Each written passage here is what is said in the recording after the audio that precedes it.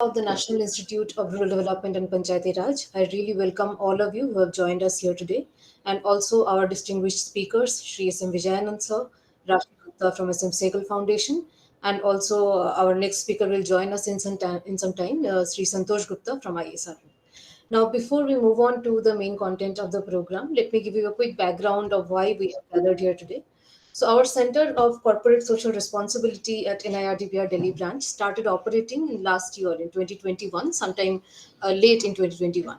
And once we started gathering the resources and understanding how CSR kind of works in the area of development, we understood that there are not a lot many content in terms of knowledge and in terms of research in the area of intersection between rural development and corporate social responsibility.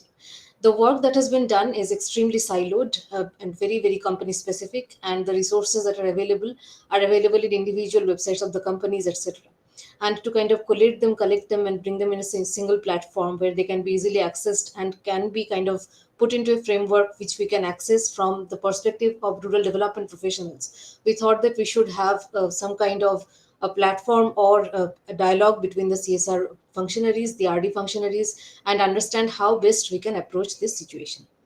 In terms of CSR and how it has developed in India, all of you know that post 2014 CSR, because of the government mandate, has increased in volume, but there are still sectoral inequalities. In some of the sectors, there are a lot of expenditures, in some other sectors, not so much.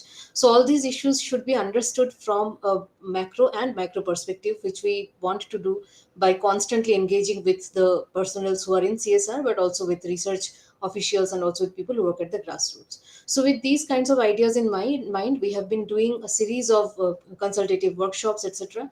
And the culmination of those workshops kind of is a conclave where we have invited all of you to join us, engage with us, listen to our experts, and also kind of give us your inputs, which we'll of course document and keep us for taking the next step.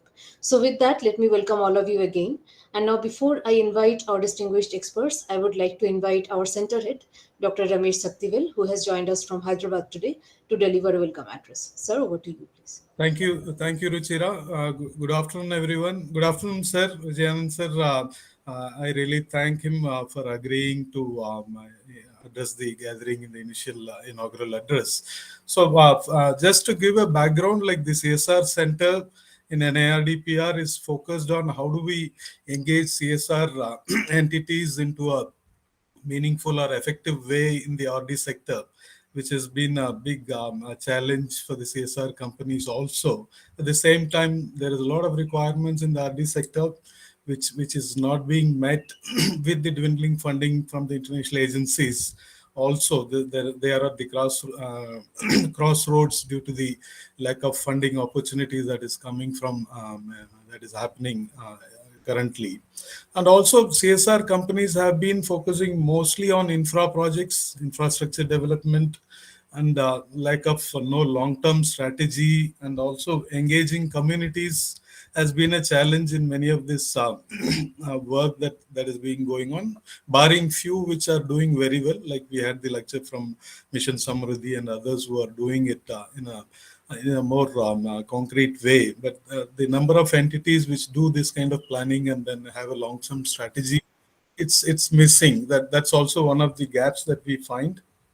And also lack of spread across the country. The needy areas are often neglected. We find the funding goes to few states, and very few states like Maharashtra and others in the southern India, it's mostly focused on. So that is also another challenge.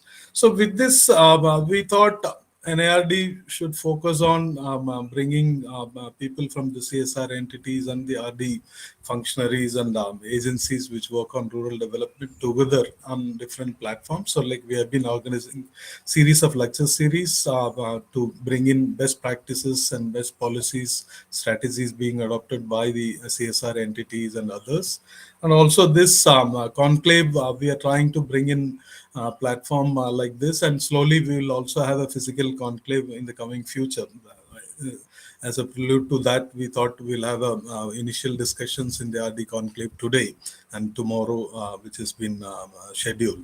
So with these words, I thank Vijayanand sir for really agreeing for this initial speech, which will give us the broader overview on the importance that what he sees from his engagement with development agencies, being the former Secretary of Rural Development.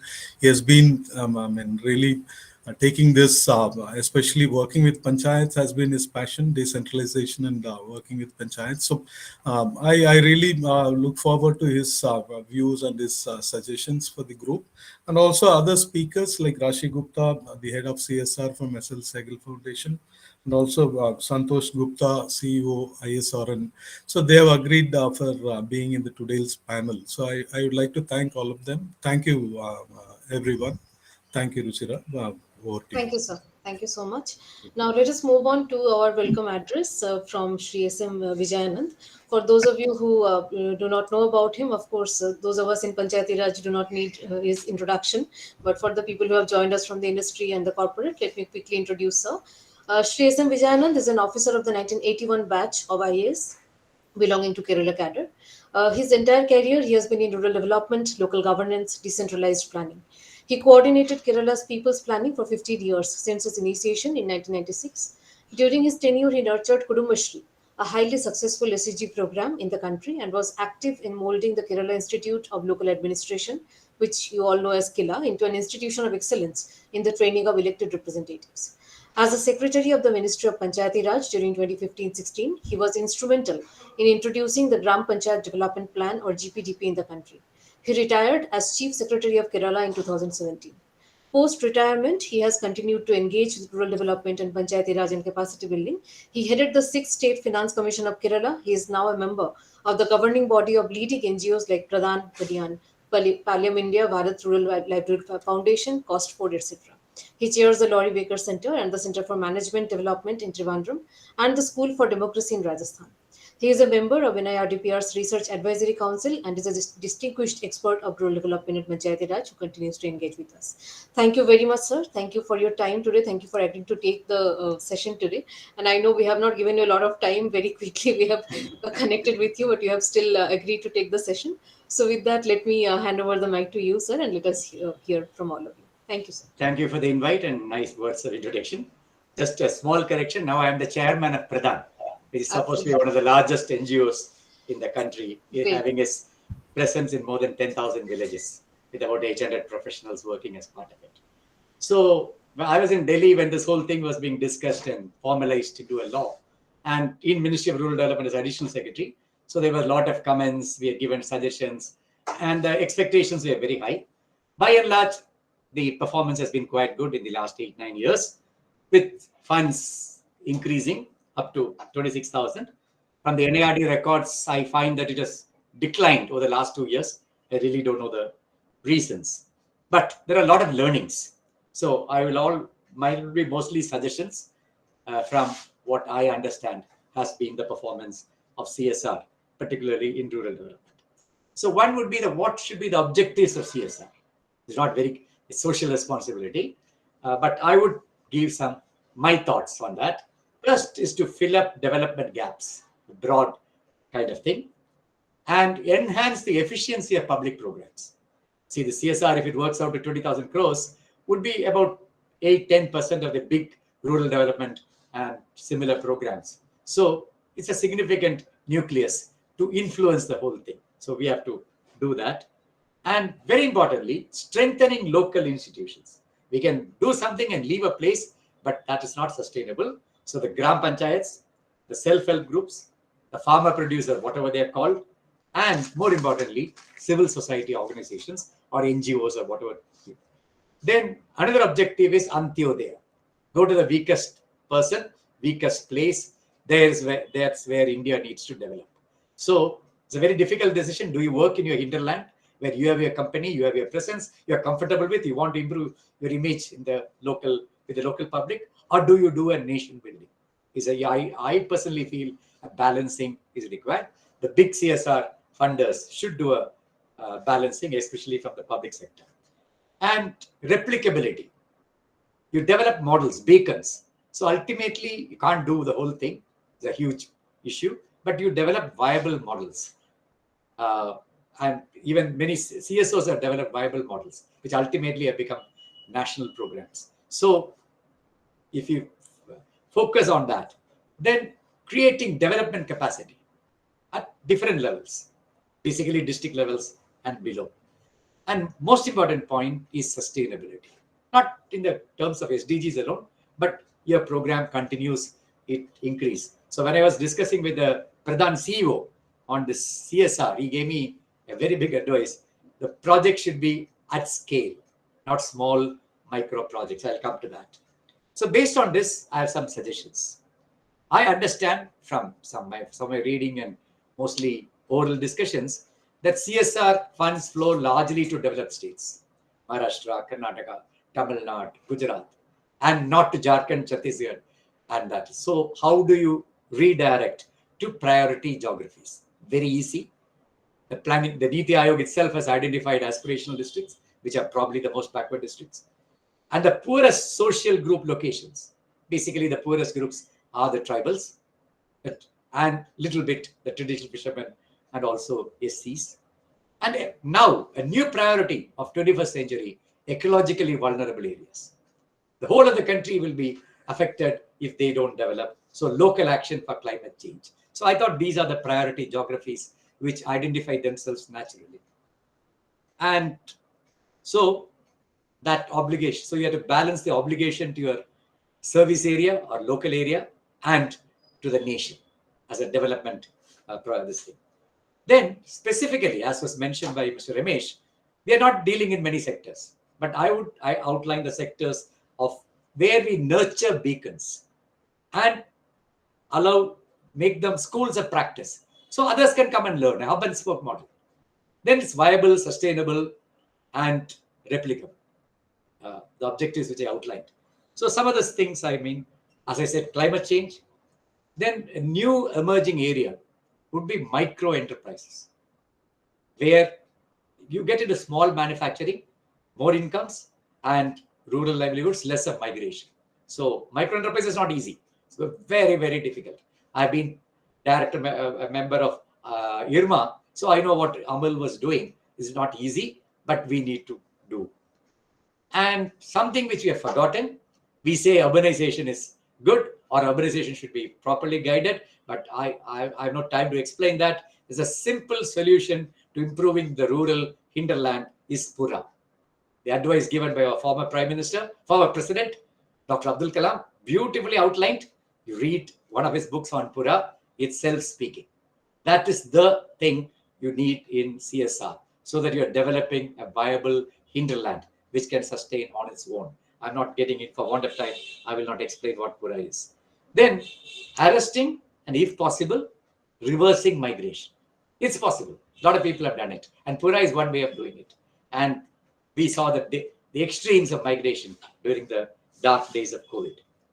Then another area where we need to focus, the Finance Commission has been very generous with its grants to local governments. Then we have NREGA. So my guess is over 5 years, the Gram Panchayats alone will be deciding about 8 lakh crore. It's a huge sum. See how multiples of 10 times of what CSR is going to do. So can you improve local planning rather than doing it a project? Develop a cluster of Gram Panchayats, prepare a plan where is more of technical assistance. We have not gone into technical assistance. We think there should be investments. So that is a big thing which you need to discuss. This institution, what we call institution building and capacity building in rural development. Then what COVID taught us, community-based public health is extremely poor in the backward parts of India. So public health will also bring in a little bit of nutrition. And a new emerging area is, which we, if you address it in the beginning, probably we'll have solutions, what I call waste management in urbanized Gram Panchayats. So the next stage, I know CSR funds have gone in a big way to Swachh Bharat. This is the next stage, more challenging stage of waste management, Swachh Bharat. The toilet building was relatively easy. Then I would like, all my wishes, more in soft sectors, soft issues like gender, cross-cutting, social justice, good governance, which should consciously inform the projects. So I know it's time consuming. I'll give some tips on how to go about it. So it goes beyond infrastructure and nurturing innovation. It's not easy, but if you can nurture, That is a big lesson, big contribution to the nation and to the ministries. Then focusing on processes. I know you have very strict procedures. Some NGOs I talk to complain that now CSR procedures are getting more and more rigorous. And somebody jokes that CSR people have hired a lot of consultants. And these consultants impose a complaints burden on the NGOs. The log frame, this data, this analysis. So a poor NGO may not be able to meet all this. I am chairman of one of the largest NGOs. So I know how difficult it is, even for a large NGO, to manage these requirements. But I'll come to that. Then something which we need to do in a very big way is leveraging public programs. So if you can, NREGA is, let us say, 1 lakh crore. If 5,000 crore of CSR can leverage NREGA, the real quality investment of 1 lakh crore would be 1.5 lakh crore. High quality watershed management, high quality livelihood assets. They are all permissible. But for want of technical assistance, want of proper planning, and want of somebody developing models, this is it. So I found some CSR, but that's actually not the PSU CSR, public sector CSR. They fund a big NGO. The NGO goes to the state government, and there are big projects in Odisha, in West Bengal, Madhya Pradesh by Pradhan. And they do a kind of work, and they finally work through smaller NGOs or smaller CSOs. This looks a very, very attractive model for me to replicate. So probably NIRD-PR can look into it and give this. And also, I understand big PSUs don't give much money to NGOs. I don't know the reason. Earlier, they had commitment to COVID and SBM, but now they can. This live wire local action, of course, after verifying their credibility, quality, and all that, not just give kind of thing. And another, as I mentioned earlier, technical assistance is a big area. There is more greater need. So you can give it through good human resources, maybe through NGOs or young professionals that can be hired by NGOs. Directly doing it is difficult. Then another suggestion which NGOs are giving is, can you have joined up funding? The big CSR, maybe you have 1,000 crores, doesn't matter. But smaller CSR funds in an area or a sector, you come together, some kind of cooperation. Obviously, there's no competition in this. So some kind of cooperation, you choose an area, talk to each other. And something which really gladdens is, in the initial days of CSR, I was in Delhi, the companies didn't know what to do. And I had some discussions as Secretary Panchayat Raj and then later briefly Secretary RD. Then they didn't know what to do. They're asking, what should we do? But now I understand many companies have hired high quality personnel for CSR. So they are very bright young people. So if NIRD could just call all of them and train them properly on what is rural development, not to influence them or anything, just for them to understand what is gender, what is social justice, what is Panchayat Raj, what is rural livelihood. We have fantastic, the same, that will take them up. Now they are well educated, maybe a little bit of field experience, but knowledge of India's development journey for the 75 years, which NIRD-PR is best positioned to give, would be a great kind of thing. Then something which I want to tell you, do you know the SHGs of India get about nearly 1 lakh crore every year?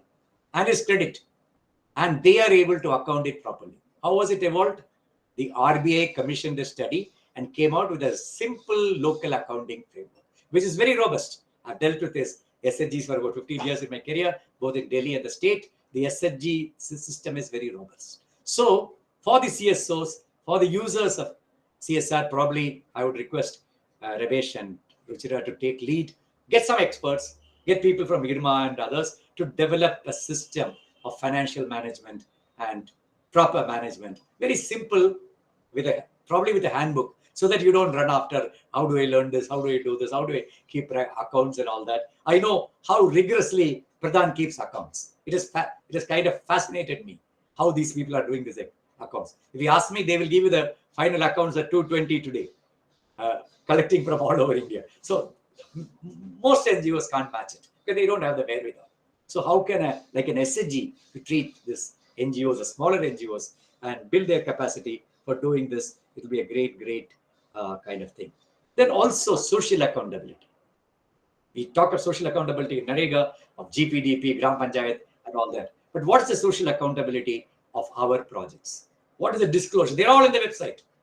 but the disclosure to the people who are benefited, to the vicinity, to the collector, saying this is what we did, this is what we succeeded, this is what we failed. I think we need to do this thing. And some kind of a favorite word of mine, mandatory proactive disclosure. I'm not asking, not RTA reply, proactive disclosure. This is what I tried to do, this is what I succeeded, this is what I didn't. So that kind of thing is very, very useful.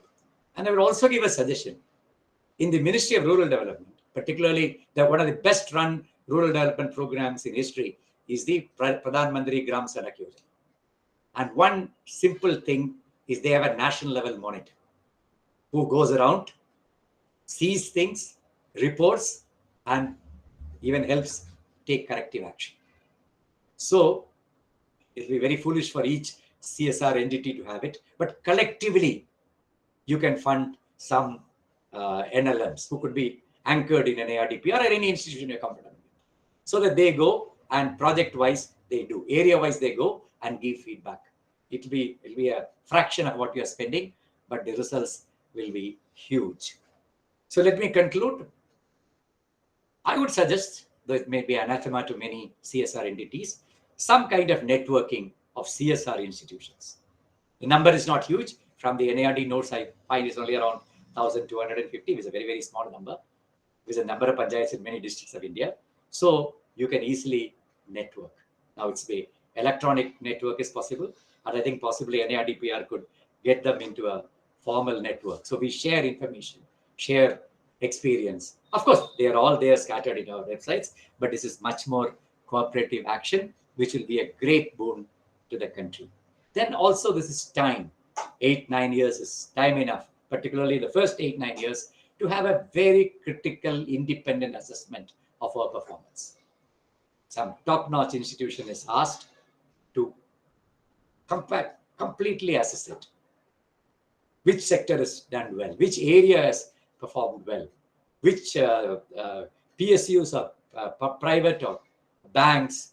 There are a lot of differences, and NGOs are distinguishing among these entities, not three, more kind of things. So this will be a great lesson to policymakers, to the academia who are interested in this, and also, most importantly, to the companies.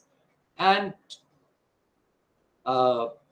finally, the possible role of NIRD-PR, which I outlined, helping us, bringing about a network, training professionals, then quick evaluation of projects, and all that from the learnings from the field. Very rich learning you already have. You must have spent about 1 lakh crore, and we have very rich learning, and we need to improve. And in as a rural development, I can call myself a rural development professional with huge experience in government. A 5% improvement will bring in much more, maybe 50% improvement in results, outcomes. So with this advice, I would close my opening address. I need to leave. I wish this all success, and I am willing to associate with NIRD-PR pro bono for any further action you want to take. Thank you. Thank you so much, sir. Thank you for this elaboration, and the verticals that you have laid out today. They themselves kind of call for another workshop for within each, because each of these areas we can do further brainstorming and come up with some kind of a roadmap ahead and plan some kind of action ahead.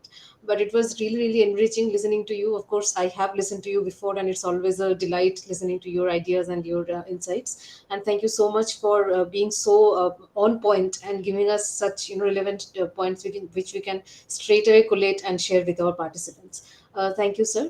Dr. Shaktivel, if you have any rejoinder before sir. Sir, I think you have given a very long list of things which are really must be taken up, and we are also trying in the same line, sir. In fact, we are organizing training programs in the way that you have pitched in, like orienting all the CSR professionals on the RD aspects, like each area that the RD MORD deals with. So that is these kind of interventions we are planning, and we would really look forward to your advice and engage with you in the future also. This is a quite challenging area for us to bring in CSR I mean, which are entities not aligned with us directly, but we are trying our best to bring in these entities together and see some synergies that can happen. So the networking idea also. Yeah. As I mentioned, you're Sir, getting into cross-cutting issues like gender, social justice, yes, poverty, ecology. That yes, makes it the understanding richer. With the yes. professionals now available for CSR in the companies, I think this is eminently doable. Yes, sir. So thanks a lot, sir, Okay. and it has been always a pleasure having you. Thank you, sir. Thank you. I too enjoyed. Thank Thank you. you. Sir. Bye. Thank you, sir. Thank you for your time. Now let us move on to our technical discussion, and I would like to invite our first speaker, Rashi Gupta from SM Sehgal Foundation. Let me quickly introduce Rashi to all of you. She is a dedicated development sector professional with an extensive background of over 15 years. She has primarily focused on international and grassroots nonprofits.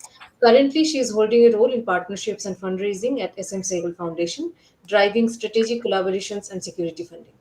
Rashi has a proven track record in business development, forging strong partnerships with a diverse range of stakeholders, including private sector entities, bilateral organizations, and multilateral organizations. She has previously worked with organizations such as WWF, the Climate Group, and Plan, where she played a crucial part in driving partnerships and designing impactful programs. Beyond her professional pursuits, Rashi is a voracious reader. She enjoys traveling and finds solace in gardening. She is an MSc in International Business Management from the University of West London, UK, and she did her bachelor's degree in English Literature from Delhi University. Thank you so much, Rashi, for joining us today, and welcome to the conclave. Without much further delay, I would like to hand over the mic to you to listen from you and hear your ideas on CSR and rural development, and how they can intersect together. Over to you, Rashi. Thank you, Ruchira. Thanks for this welcome. And I think it was a very, we discussed the crux of the entire discussion in our welcome. So that was quite, good to hear. I have a short presentation because I'd also like, to take the attendees through what Segal Foundation does. So just allow me to please present my screen once. Yes, there should be a box with an arrow at the Yeah. panel. Yeah.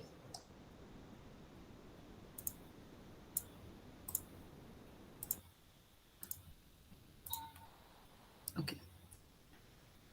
Is everyone able to see this? Yes, we can see the PowerPoint. Maybe if you make it full screen. Okay, it's not letting me. One second.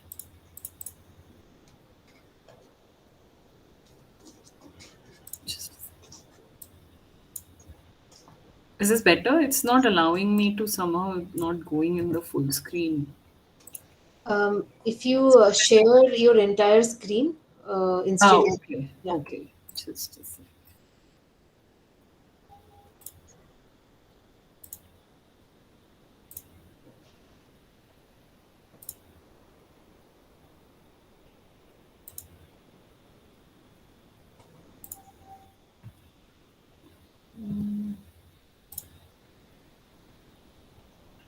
Are you able to see it now? It's The same. it has Should we not just go back to the? it has not loaded yet. Maybe Oh, some lag at my end. okay. Is everyone else able to see it? Maybe we can just see some comments.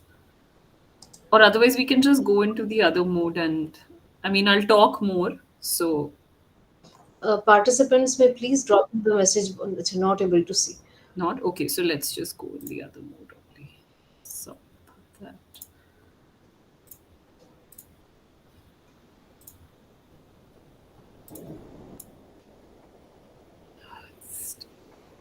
Yes, now we can see the file. So if Yeah. you, I'll just zoom it a bit. Yeah. yes, right. Okay. I'll talk more. So, there'll be more, Right.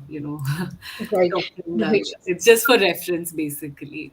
So, thanks everyone. And I will just give a quick background about what Segal Foundation does for context. And then we'll go into, a little bit of discussion around our CSR partnerships and some of the challenges that we face. And yeah. So, Segal Foundation, we are an almost 23-year-old, rural development organization. And of course, we are a community-led, rural development organization, primarily focused on, these four key areas, the details of which we'll just go, in the following slides. We focus on agriculture development, we focus on water management, we focus on local participation and sustainability, which is really good governance, good rural governance. And another program of ours is called Transform Lives, which is basically transforming the school environment for school children. And of course, like we also heard and discussed in the welcome address, that women empowerment and climate change, of course, are central to all our projects. In right now, any rural development implementing agency cannot have climate change as a separate thematic area. So it is all intrinsically linked in each of these thematic areas that we work under. And just for context, in operational wise, we are registered as a public charitable trust, and we are FCRA compliant, which means that we do receive funding from foreign partners as well. This is our current outreach and presence. And just to give an interesting example, when we started our operations in 1999, we started with one district and one state, which is new. Erstwhile, it used to be known as Mewat. It still continues to be an aspirational district on the ground, but we are now present in over 12 states and across 56 districts. And we've impacted, the lives of over 4 million people, and and counting. We are present in about 1900 plus villages. And you can see the states that we are present in. And, we discussed in our welcome address that some of, the hilly regions particularly, tend to get ignored because of CSR partnerships. In fact, we recently expanded our outreach to Uttarakhand with a partner on the ground, and we are working in one of the hilly regions over there with farmer producer organizations. So it's interesting to know that there is that interest from both. The interest is there, from the CSR partners to invest in these kind of areas as well. And most of our projects, while we do we started with funding a lot of our projects ourselves, but as we have expanded and grown, most of our projects are with corporate partners on the ground. And currently we have about 25 partners. Actually, I think it's a little bit more right now on the ground. And what we were again discussing time and again, that our focus is on long term partnerships, and this will again go and link with some of the challenges that we discussed, because in short term projects you cannot see the impact. And therefore we not only want to focus on long term projects, but we also want to focus on long term partnerships, because what we have seen is that one is the impact that you're making on the ground or to the beneficiaries and in terms of development. But when you have a partnership which is long term, you also get to know each other, and you're able to work that much better towards that larger goal or that vision that you as an implementing agency versus and your CSR partner have together. And we as an organization are of course we have our focus areas which we discussed, but we are open to testing new ideas. And in terms of our partnerships, we have always tried to find a middle ground, taking in their interest areas in mind, matching it with our expertise, and also looking at where the need of the development lies. So it is that kind of a marriage of sorts that we always try and build with our corporate partners. It is which includes thematic, which includes the need of the area, which includes our strength, and which includes, geographical priorities of both the partner and ours. Because a lot of times also what happens is that, we've witnessed a lot of the partners would like, the project to be near their factory, etc. So we always try to find, a balance. It has to be a balance. It cannot, kind of be lopsided in one or the other way. And just quickly, I'll touch upon, the kind of thrust areas that, we focus on in terms of our partnerships. While, our focus is mostly on integrated rural development projects. But, again, like I mentioned, depending on the need of the communities, we try and, build and design a project accordingly.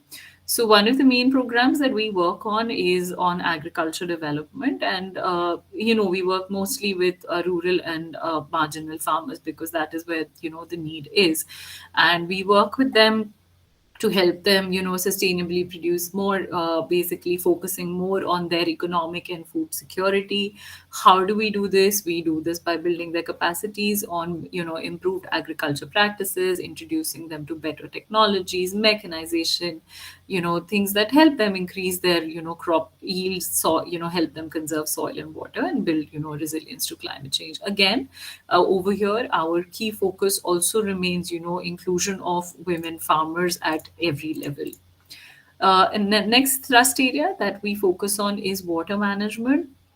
And here we work towards, building water conscious communities, because what we all know, that it is, while, a lot of focus goes on, institutions, local institution and agriculture, but one cannot ignore the importance of water management, when it comes to rural development projects.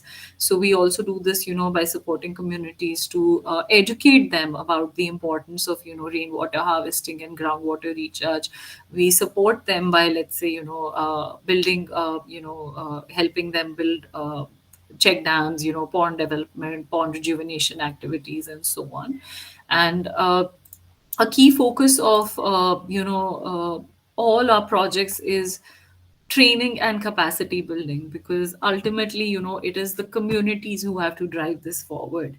We also focus a lot on community contribution, and all this is, carefully designed as part of, all our projects, whether it is just focused on one thematic area or whether it is, an integrated rural development projects.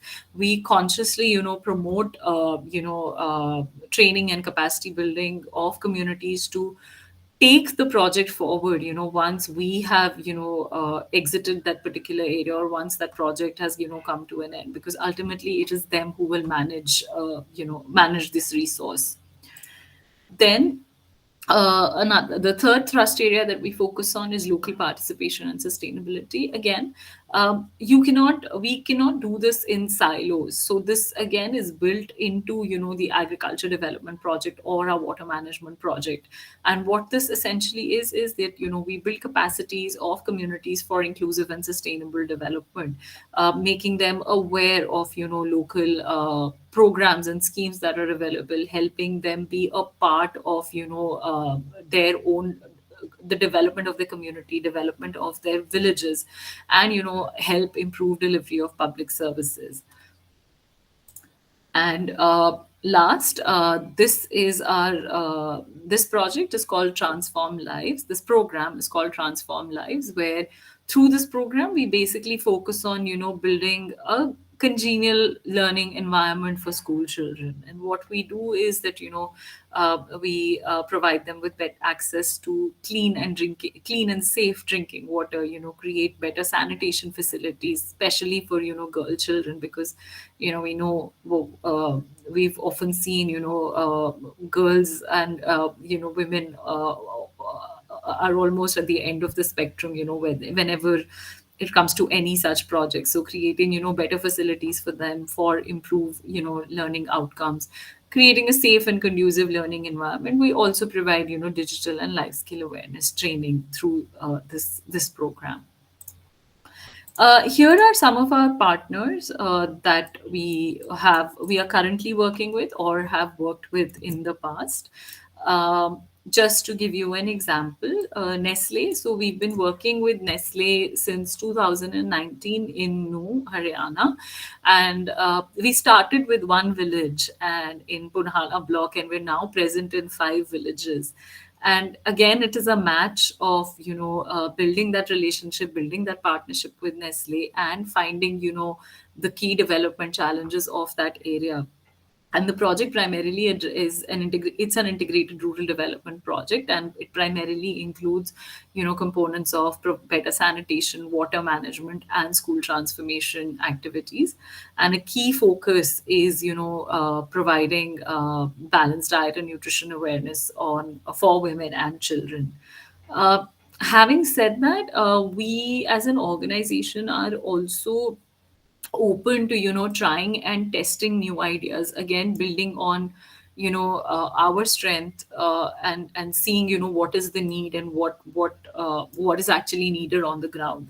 For example, with Walmart, we had never worked in with farmer producer organizations before, but in 2021 we started a partnership with Walmart, where we are now working with them in 10 FPOs across UP and Karnataka to strengthen their systems, build their capacities, and help them gain market access.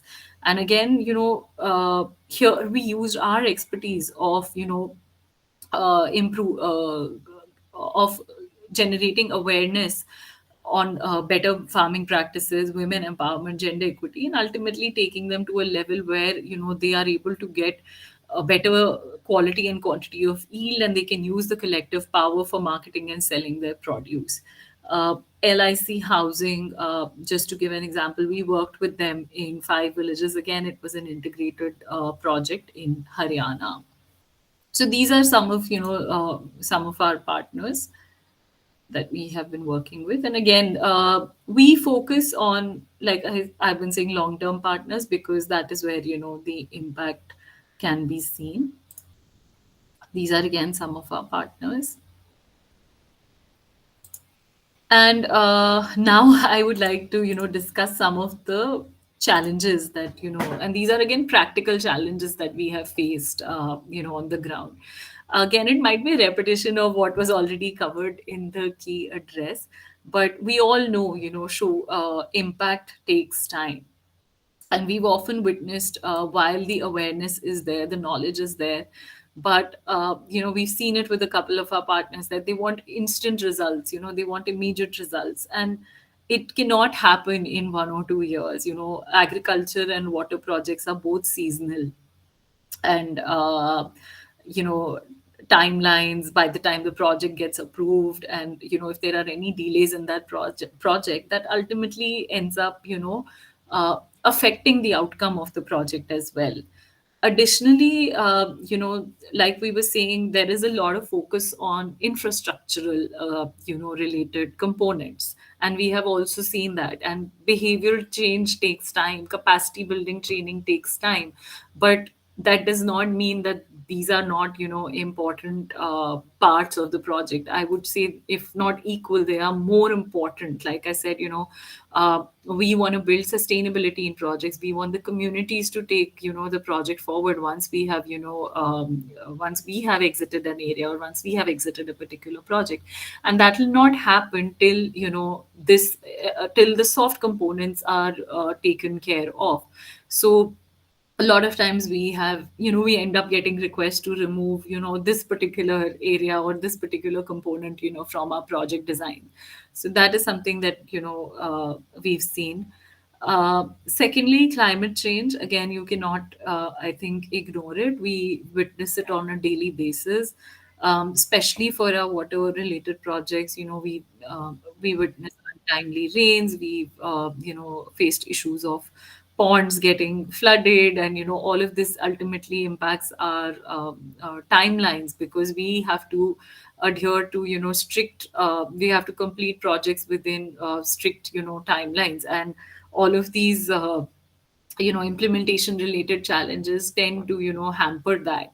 So this is something that we have witnessed, and it also affects our school transformation work. It affects agriculture related work on the ground as well.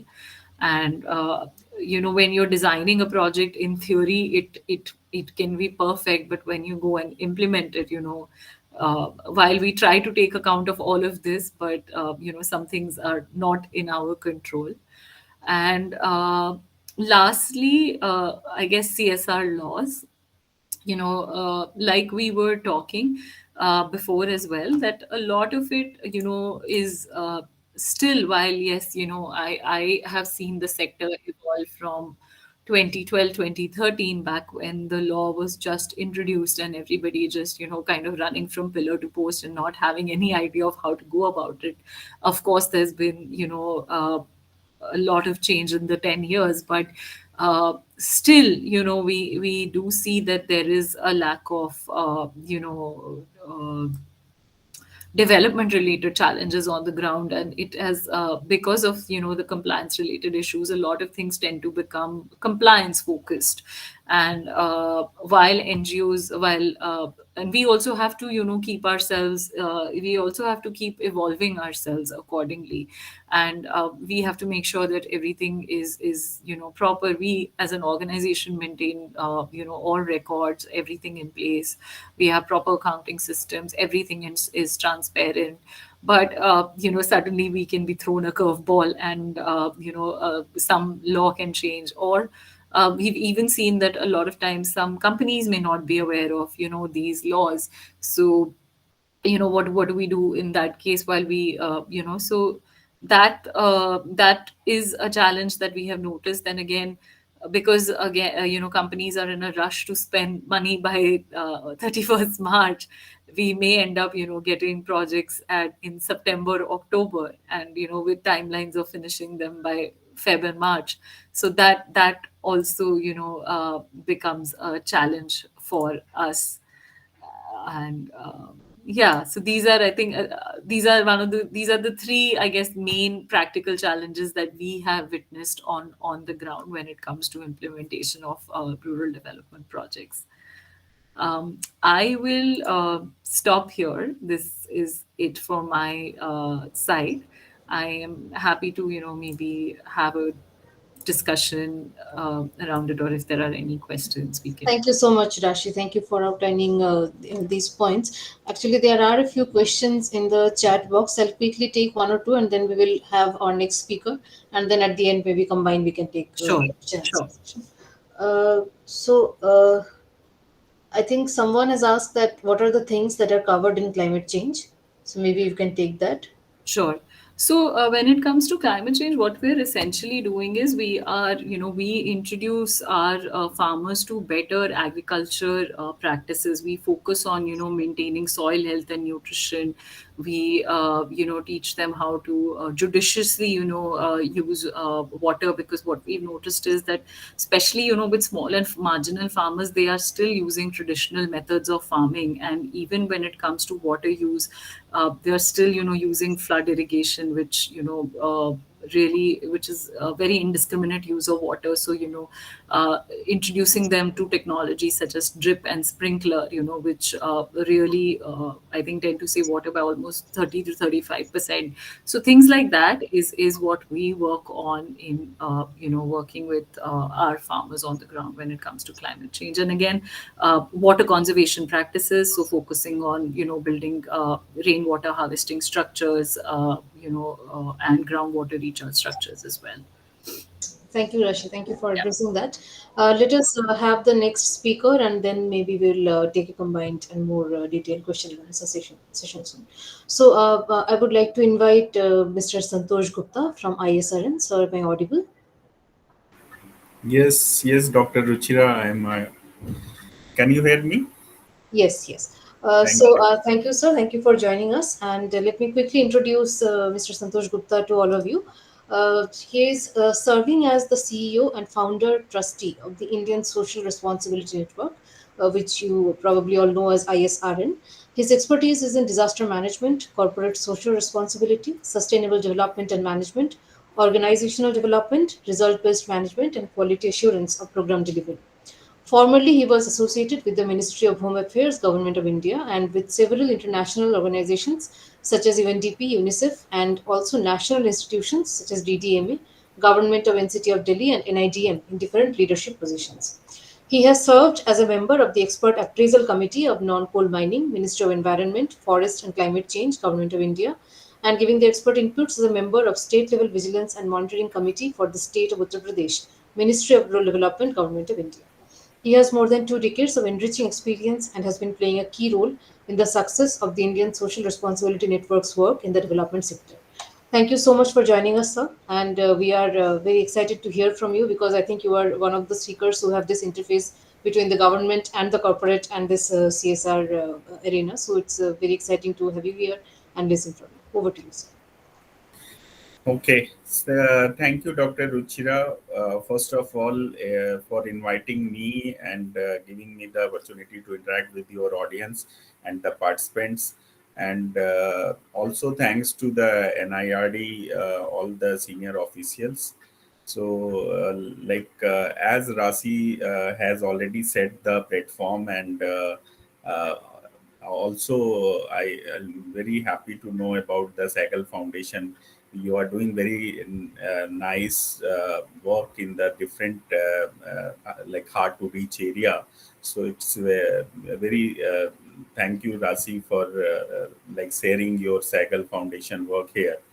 So, as per the topic, Dr. Ruchira, I'm just want to divide my session in two parts. So, first of all, present the things of ISRN, what ISRN is doing in the rural development and other part of the areas. So, and then I would also like to discuss on the opportunity, CSR opportunity, and the scope for the rural development. So, is it okay for you, Dr. Ruchira? Yes, yes, absolutely. Please go ahead. You have a lot of time because, as I told you, one of our speakers had an emergency and had to drop out. So Yes, we have time. So please take your time and go ahead. very nice. So, give me a minute, Ruchira. Just I would like to share my screen and then I'll start my presentation.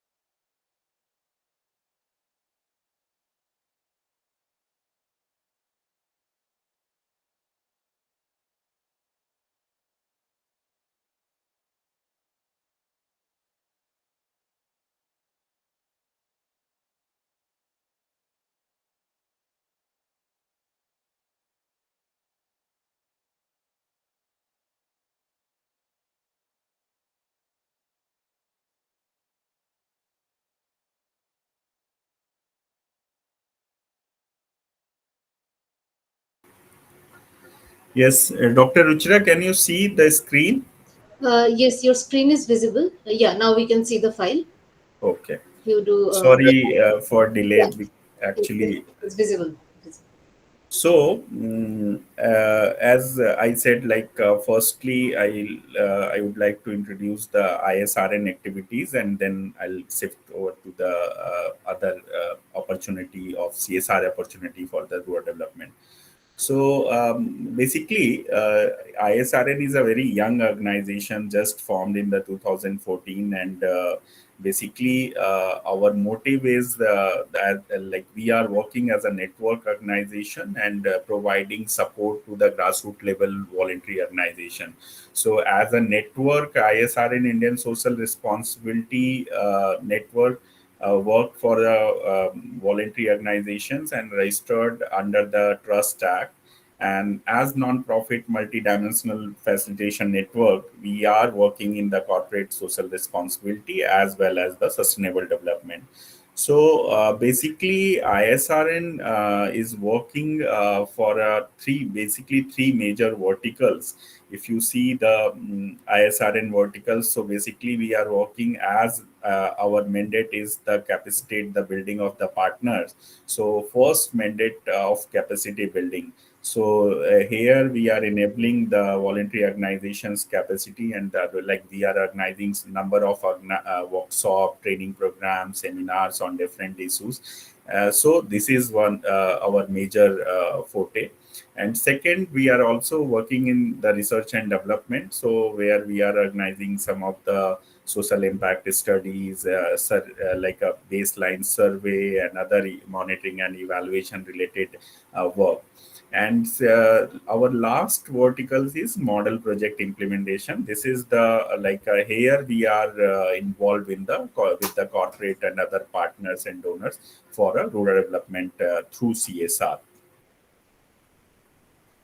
So, you see the model project implementation of our third vertical, and here we are working in the three major thematic area: health, education, and agriculture.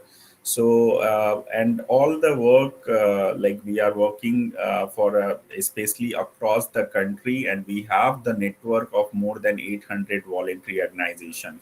So you can see in the map, we are working in the Jammu and Kashmir, and we are also working in the northeast, north area, west area of the country. And basically, as I said, our three verticals and three thematic areas: education, health, and agriculture. So basically, we are working in education through our one of the initiative Uttam School. So you can see in the map where we have in the Uttam school, and Uttam school means model school. Model schools. We are developing the schools infrastructural support as well as the behavioral change training and the others pedagogy related training and learning programs. And similarly, we are working in the health sector. So in the health sector, we are running mobile health units for the slums and rural areas, untouched area, where are the lack of the health facility and lack of the infrastructure. There, our medical health unit are functional, and till date we are very proudly to say like we provide more than 60,000 patient support to the slum areas, slum and remote areas. And similarly, we are also supporting through the support of Vedanta Anganwadi and 275 Anganwadi centers looking by our team in the Uttar Pradesh and Rajasthan. You can see the impact of the three basic areas of ISRN, where we are impacting and working of the community through the Nanghar program, Uttam School. So you can see in the Uttam School reached out more than 30,000 students, approx 500 teachers were trained. Similarly, through MRIGHT project, we are working in the COVID-19 vaccination program in Nagaland and Meghalaya. And till date, more than 175,000 doses we have provided to the hard to reach community. And like as I said, agriculture formation promotion of capacity building program, we are like farming a farmer producer organization. Until date, 35 farmer producer organization have formed by the ISRN. And yeah, we are working in the agriculture sector in 5 states like Uttar Pradesh, Uttarakhand, Himachal, Jammu and Kashmir. So and similarly, like mobile health unit, as I have already discussed with you. So here you can also see the glimpse of the capacity building program. So number of programs and different on different thematic areas, different topics, we are organizing with the different partners. So these are the some of the photographs of the capacity building. So similarly, like as I said, our mandate is the capacity building of the grassroots level organizations. So here we are organizing like one of our initiative NGO clinic. So we are organizing NGO clinic program every month, fourth Friday, 4 o'clock, and every month, every week, like a session.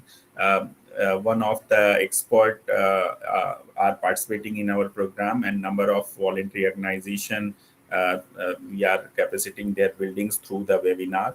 Like you can see the subject, previous subject that has been covered by the expert, subject expert, like proposal writing, legal compliances, brand building of the organization, social stock exchange issues, financial inclusion of sustainability. So these are the major issues that we have covered in the previous sessions.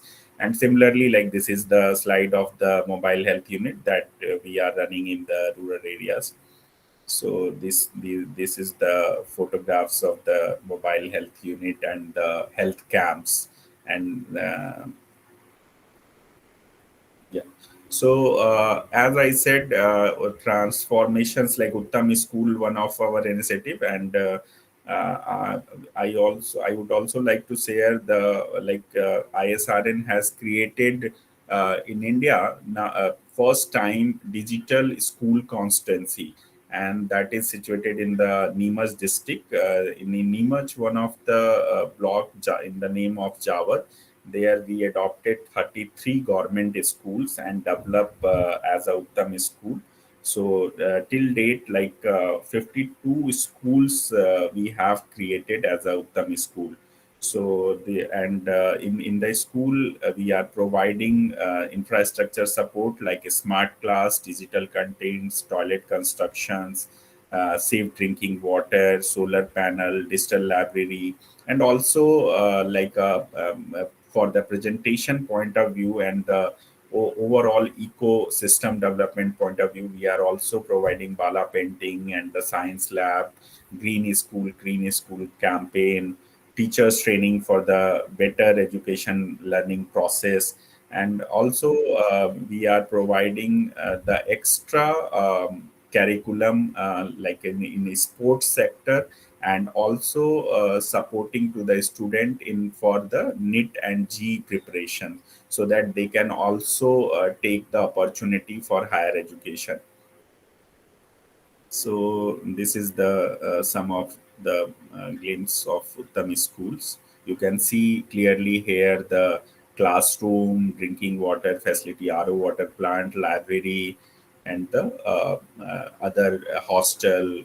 Uh, we have developed two residential school also. So these are the pictures of the residential school. So similarly, as I said, like operation and maintenance of the Nandghar, like Anganwadi Center, 275 Anganwadi centers operations and managed by the ISRN, and these are situated in the district Sikar and the UP Hapur and Amethi district. So similarly, this is our FPO program for 35 FPOs formation and management from the government agencies like the NAFED and SFSC in 4 states. So in FPOs, we promote and support economically viable, democratic managed and self-governed farmer producer organizations. And also we provide training programs and advanced training agriculture technology to the farmers. And also we are providing market linkage support to these 35 fpos. So this is the some of the photographs of the farmer producer organization, where you can see the photos of meeting, training, and the product also. So out of 35, most of the FPOs currently are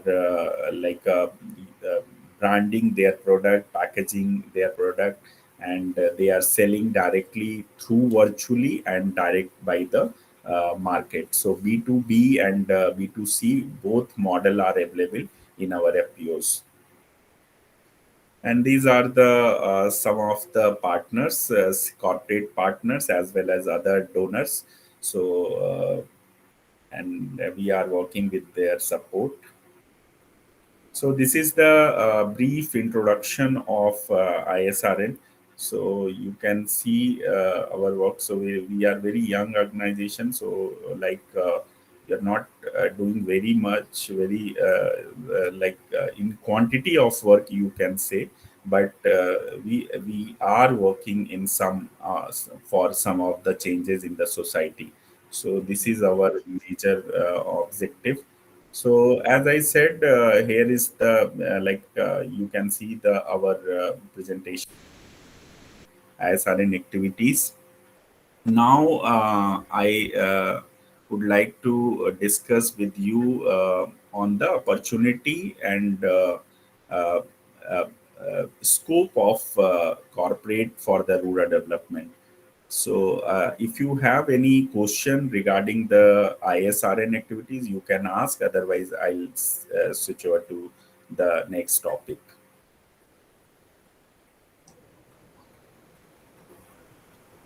Sir, I think we can start the presentation and we'll have a combined question and answer at the end. Okay, okay. Thank you. So, like in rural development, if you see the schedule 7 number of activities under the CSR act section 135, you can see all the activities have based on the rural development, and every activities in as per the schedule 7 you can conduct, you can organize in the rural areas. And corporate they are also wanted to do in the rural and remote areas activities through the CSR. So as a development professional, as a non-profit organization, number of opportunity you can see in the rural areas. And if I see you can see the challenges in the rural remote areas. So basic as per my understanding, and you are also agree with me, how to use CSR fund to boost rural development. This is the question. And you may also know and see the problem in the rural areas. So like as you also know, what is the challenges and the problem in the rural areas. Can you anyone can explain what is the problem and challenges in the rural areas? So you can write in the chat box so that I can see the reactions and also your excitement about this session. Virtual session में एक बड़ा problem है कि interaction समझ में नहीं आता। मालूम नहीं चलता कि लोग रिएक्ट कर रहे हैं, सुन रहे हैं या नहीं। Sir, So I think our yes, participants are listening. There are so many yes, answers quickly, yes, and I've yes. also allowed them to unmute for some time. Yeah, very nice. So I can see the number of reactions in the chat box. Like Anant right, it depends on the reason to reason. Mohsin right, poor infrastructure. Sandeep writes lack of connectivity, and also Cipra right, lack of education and lack of industry, and Kamal right, the funding. So all are right, and like I am also convinced with you. and that's the same opinion of also I have. So basic problem in the rural areas is like the unemployment, like as you write, lack of access of the resources and connectivity, lack of facility regarding the education, health, and livelihood, and number of things, like not only three: education, health, and livelihood. Like there is a problem of the agriculture related activities, market activity, like linkage, market linkage problem, sale product problem. Also the transportation is major problem in the rural areas, like under, like if you see the broader things, so facility, when we talk about the facility and resources, so these in every sector there are there in the village there is a problem. So but all these problem can be addressed through the CSR. This is the opportunity for us as an NPO, as a corporate organization. Of course, yes, we have the opportunity, we have the scope to do something for the remote areas. But why corporate people or voluntary organization are not working in the integrated approach, are they are why they are not doing in a holistic way? So this is the basic question of today for the development players. So क्या करना चाहिए? आप अगर आपको ये opportunity मिलती है plan करने के लिए, तो आप क्या कर सकते हैं? सो बेसिकली अगर हम इस बात को ओवरऑल पॉइंट ऑफ व्यू से और एनआईआरडी के पॉइंट ऑफ व्यू से कहें, तो क्योंकि हम ये एक गवर्नमेंट प्लेटफॉर्म पे बात कर रहे हैं, और एनआईआरडी और ministry of rural development, ministry of agriculture, इनका मैंडेट जो रूरल एरिया डेवलपमेंट में है, वो ज़्यादातर अगर आप देखो तो इनके जो स्कीम्स हैं, प्रोग्राम्स हैं, वो सब अलग अलग सेक्शंस को कैटर करते हैं। इस पॉइंट ऑफ व्यू से एक चीज जो मिस करती है ओवरऑल, जिसमें ये voluntary organisation and corporate major role play कर सकते हैं, वो है प्लानिंग का। जहां पर जो सबसे बड़ा प्रॉब्लम है वो क्या है? प्लानिंग लेवल पे प्रॉब्लम है। क्योंकि हम जो हर एक विलेज का, अगर भारत में हम जैसे कहते हैं ना कि मोर देन 700 विलेज हैं, सो मोर देन 700 विलेज का क्या विलेज डेवलपमेंट प्लान बना है? तो ऑफ कोर्स अगर पंचायत के पॉइंट ऑफ व्यू से कहें तो हर साल बनता है विलेज डेवलपमेंट प्लान। लेकिन वो विलेज डेवलपमेंट प्लान के अंदर क्या रिसोर्सेस को हम लोगों ने पूल किया है? क्या हमने जो डिफरेंट प्लेयर्स हैं उनकी रोल एंड रिस्पॉन्सिबिलिटीज को हमने चैनलाइज किया है क्या? और जो पहले जो ट्रेडिशनल विलेज का अगर हम कॉन्सेप्ट को देखते हैं, तो विलेज सेल्फ सस्टेनेबल मॉडल की तरह पहले काम करते थे। क्यों करते थे? क्योंकि विलेज की जो रिक्वायरमेंट थी वो विलेज के अंदर ही पूरी होती थी। बट आज क्या है, विलेज जो है वो ज्यादातर वहां पर उतने रिसोर्सेज ना होने के कारण, और जो आप लोगों ने इतने सारे प्रॉब्लम्स बताए, उन सब रीजंस की वजह से, डिफरेंट रीजंस की वजह से क्या हुआ है कि आज विलेज में माइग्रेशन इतना हो गया है। और ना बहुत सारे ऐसे विलेज हैं, जैसे उत्तराखंड के बहुत सारे विलेजेस हैं, हिमाचल के विलेजेस हैं, बहुत स्टेट्स में ऐसे अब नंबर ऑफ विलेजेस आ गए हैं जहां पर पॉपुलेशन सिर्फ एल्डर्स की है, सीनियर सिटीजन्स की पॉपुलेशन रही है। बाकी सब यंग पॉपुलेशंस वहां से माइग्रेट करके जो नियर बाई सिटी है या मेट्रोज हैं उनमें वो शिफ्ट हुए हैं। ये जो प्रॉब्लम है ये सिर्फ इसलिए हुई है क्योंकि वहां पर रिसोर्सेज नहीं है, एक्सेस नहीं है, कनेक्टिविटी नहीं है, ट्रांसपोर्टेशंस नहीं है, अपॉर्चुनिटी नहीं है। तो इसलिए मैं जो ये कह रहा हूं कि मैंने इसीलिए प्रॉब्लम्स और चैलेंजेस को इसलिए एड्रेस किया कि अगर हम सब इसको समझते हैं तो क्यों नहीं हम इसके लिए हर एक विलेज का एक विलेज डेवलपमेंट प्लान बनाएं। और ये सिर्फ दो विलेज से नहीं होगा। आपको इस प्लान को जो कॉर्पोरेट फंड है या जो गवर्नमेंट स्कीम्स हैं या अदर जो बायलैटरल पार्टनर्स हैं, जो उनके प्रोग्राम्स हैं, इन सब को मर्ज करना होगा। अगर जैसे एस्पिरेशनल डिस्ट्रिक्ट के पॉइंट ऑफ व्यू से अगर नीति आयोग ने जिस तरीके से मैपिंग की, जो इंडिकेटर्स, डेवलपमेंट इंडिकेटर्स के बेसिस पर उन्होंने मैप किया और एस्पिरेशनल डिस्ट्रिक्ट अनाउंस किए, और फिर उस एस्पिरेशनल डिस्ट्रिक्ट्स के लिए उन्होंने डोनर्स को इनवाइट किया।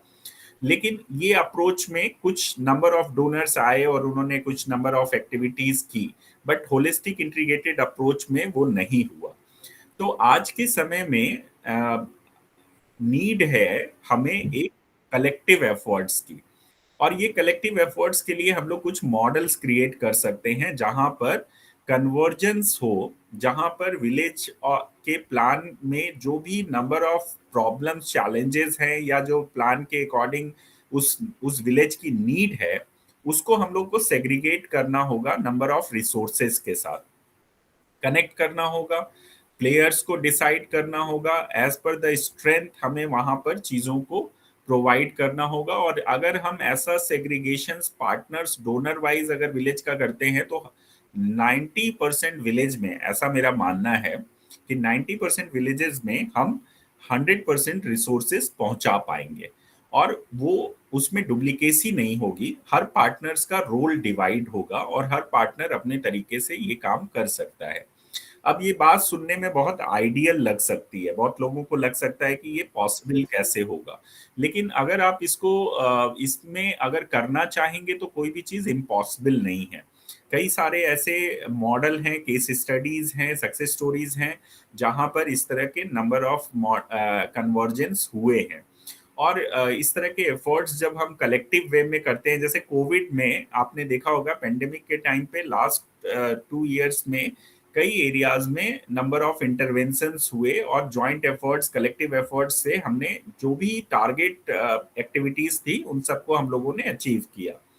तो इस तरह के जब हम प्लान करते हैं तो वो प्लान कहीं ना कहीं चीजों को इफेक्ट, उसमें इम्पैक्ट करते हैं, और उनका अल्टीमेटली रिजल्ट पॉजिटिव आता है।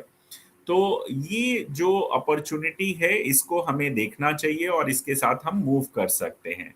अभी अगर हम कॉर्पोरेट सोशल रिस्पॉन्सिबिलिटी के पॉइंट ऑफ व्यू से अगर हम लोग इस सेशन को अगर देख रहे हैं, जहां पर आपको मालूम है कि more than 25,000 crore CSR fund available है, और ये फंड जो है वो अगर इसको भी company wise, area wise, geographical area wise अगर मैपिंग किया जाए तो हर एरिया के लिए कुछ ना कुछ फंड हम अलोकेट कर सकते हैं। और जो कॉर्पोरेट सोशल रिस्पॉन्सिबिलिटी में जो रूरल डेवलपमेंट के अंदर कुछ मेजर इश्यूज हैं, जैसे अगर हम impact more than learning CSR की बात करते हैं, तो वहां पर some rural communities are almost as advance as the urban sector. So जहां पर हाई लिटरेसी है, लो अनएम्प्लॉयमेंट रेट है, ऐसे एरियाज को भी हम अलग कर सकते हैं, उनकी नीड्स को अलग कर सकते हैं, सेग्रीगेशंस कर सकते हैं। तो अगर हम आइडेंटिफाइंग स्ट्रगलिंग रूरल एरियाज करें और उसके भी अंदर हम एरियाज में प्रॉब्लम्स को अलग अलग टेक केयर करें, तो जो ये CSR फंड है और अदर डोनर्स फंड है उसको प्रॉपर लाइन अलाइन किया जा सकता है। Similarly partner with the local organisation, एक बड़ा टूल्स है जिसको ऑल जो डेवलपमेंटल प्लेयर्स हैं उनको यूज करना चाहिए, क्योंकि जब हम बात करते हैं पार्टनर्स के साथ तो हम लाइक बहुत सारे ऐसे एरियाज हैं जहां पर पार्टनर्स अवेलेबिलिटी नहीं है, या जो इम्प्लीमेंटिंग ऑर्गेनाइजेशंस हैं उनका बहुत ज्यादा वहां पर एग्जिस्टेंस नहीं है जो जो लोकल प्रॉब्लम्स को एड्रेस कर सके। तो ऐसे यहाँ पर भी हमें देखने की जरूरत है। दूसरा, CSR कॉर्पोरेट फंड्स के अंदर हमें लॉन्ग टर्म प्लान बनाने की जरूरत है, प्लानिंग की जरूरत है, जहां पर हम short term, long term plan बनाएं, और एक होलिस्टिक वे में, जैसे मैं बार बार इस वर्ड पे फोकस कर रहा हूँ कि इंटीग्रेटेड अप्रोच अगर नहीं होगा तो हम किसी भी एरिया का डेवलपमेंट नहीं कर पाएंगे। और यही रीजन है कि आप देखो मतलब 50 में जब आफ्टर द फ्रीडम, जब हम लोग जिस प्रोग्राम पे हम थेमेटिक एरिया को एड्रेस कर रहे थे, प्रॉब्लम्स को एड्रेस कर रहे थे, आज भी हम सेम प्रॉब्लम्स को सेम जोग्राफिकल एरिया में एड्रेस कर रहे हैं। क्यों? क्योंकि हम project based time based project लेके जा रहे हैं। हमारा कोई होलिस्टिक अप्रोच नहीं है, हमारा कोई लॉन्ग टर्म प्लान नहीं है। तो यहाँ पर वो नीड है कि क्या हम एरिया वाइज डोनर्स और इम्प्लीमेंटिंग एजेंसीज का अलाइनमेंट कर सकते हैं, क्या हम नंबर ऑफ स्कीम्स के साथ कन्वर्जेंस कर सकते हैं। इसमें ना सिर्फ गवर्नमेंट का पैसा बचेगा बल्कि पार्टनर्स का भी जो हार्ड मनी है, जो CSR फंड है, वो 100% यूटिलाइज होगा। सिमिलरली एक और पॉइंट है कि लाइक क्या हम measure and optimise the impact को फोकस कर सकते हैं। Like deploying the CSR fund, company must monitor impact the same way, the regularly measure their business growth. Success with the CSR only comes with the regular tracking like MIS development hai, impact assessment hai. So number of companies they are doing currently, but need to the uniformed in all the areas. So this is the one of the tools that we can apply for the rural development. Also, one of the point like you can think like a commitment and patience. Like ज्यादातर मैंने देखा है जो development agencies हैं, चाहे वो corporate players हों या बायलैटरल एजेंसीज हों, हर एक टाइम फ्रेम में काम करना चाहती हैं। और वो टाइम फ्रेम जो डिसाइड होता है वो अकॉर्डिंग टू द प्रॉब्लम नहीं होता है, according to the scale of the problem नहीं होता है। उनका ये होता है कि हमें इस पर्टिकुलर प्रॉब्लम को फोकस करना है और हम उस डोमेन में जाते हैं, काम करते हैं, एंड देन हम अपने पर्टिकुलर टाइम फ्रेम के अकॉर्डिंग विड्रॉ कर जाते हैं। उससे क्या होता है, 100% प्रॉब्लम्स एड्रेस नहीं होती हैं। तो क्या हम एक छोटे एरिया में ही काम करें, बट 100% अगर हम प्रॉब्लम सॉल्यूशंस पे काम करेंगे तो शायद ये ज्यादा इफेक्टिव होगा, ज्यादा इम्पैक्टफुल होगा। तो इस तरह के कुछ कुछ एग्जाम्पल्स हैं जो आप रूरल डेवलपमेंट के अंदर अप्लाई कर सकते हैं। उनको ट्रायल बेसिस पे, पायलट बेसिस पे आप ले जा सकते हैं।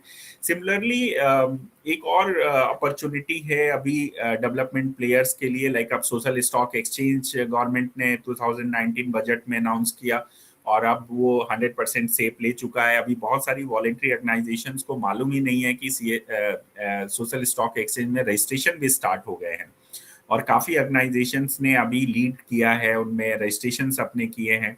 बट चैलेंज वहाँ पर अभी क्या है कि अभी कॉर्पोरेट वहाँ नहीं आ रहे हैं।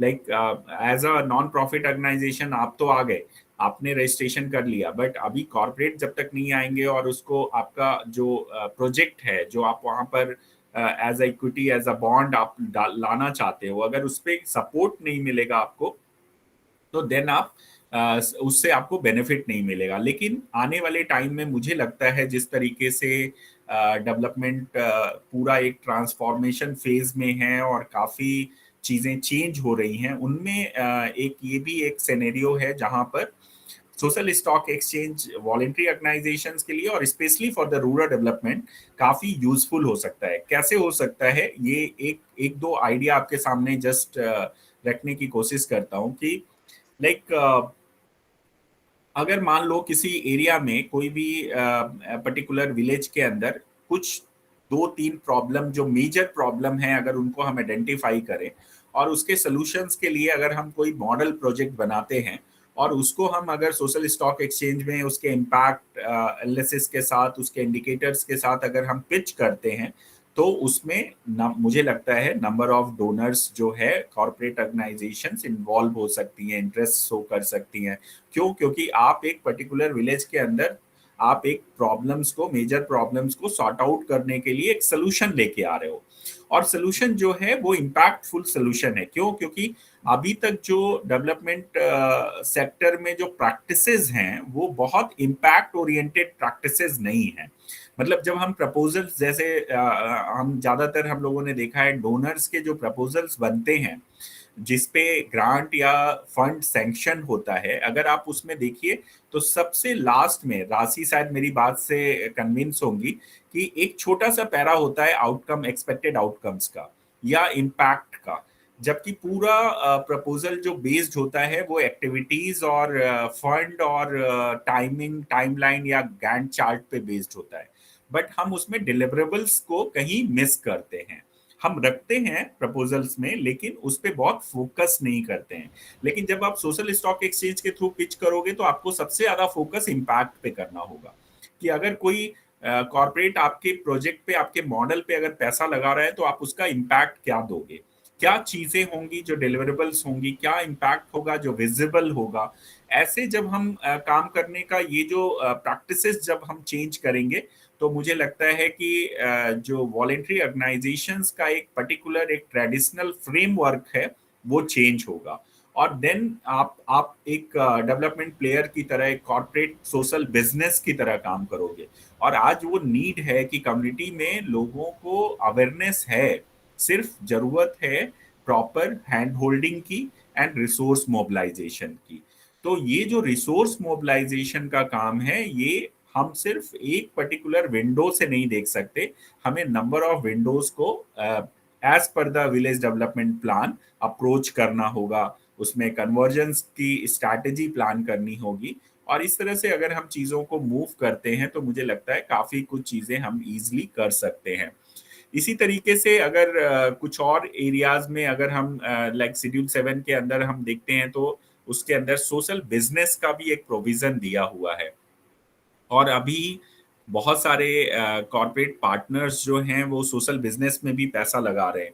तो क्या हम कुछ विलेज एरियाज में कॉर्पोरेट में ट्रेडिशनल प्रोजेक्ट इम्प्लीमेंटेशन से निकलकर कुछ development, business development models create करने पे जा सकते हैं?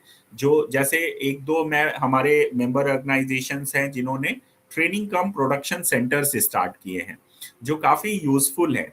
मैं इसलिए ये आपको शेयर कर रहा हूँ, कोट कर रहा हूँ, कि आपकी एक ओवरऑल एक अंडरस्टैंडिंग डेवलप हो सके कि सीएसआर फंड सिर्फ हम प्रोग्राम इम्प्लीमेंटेशन या एग्जीक्यूशंस के लिए यूज नहीं कर सकते।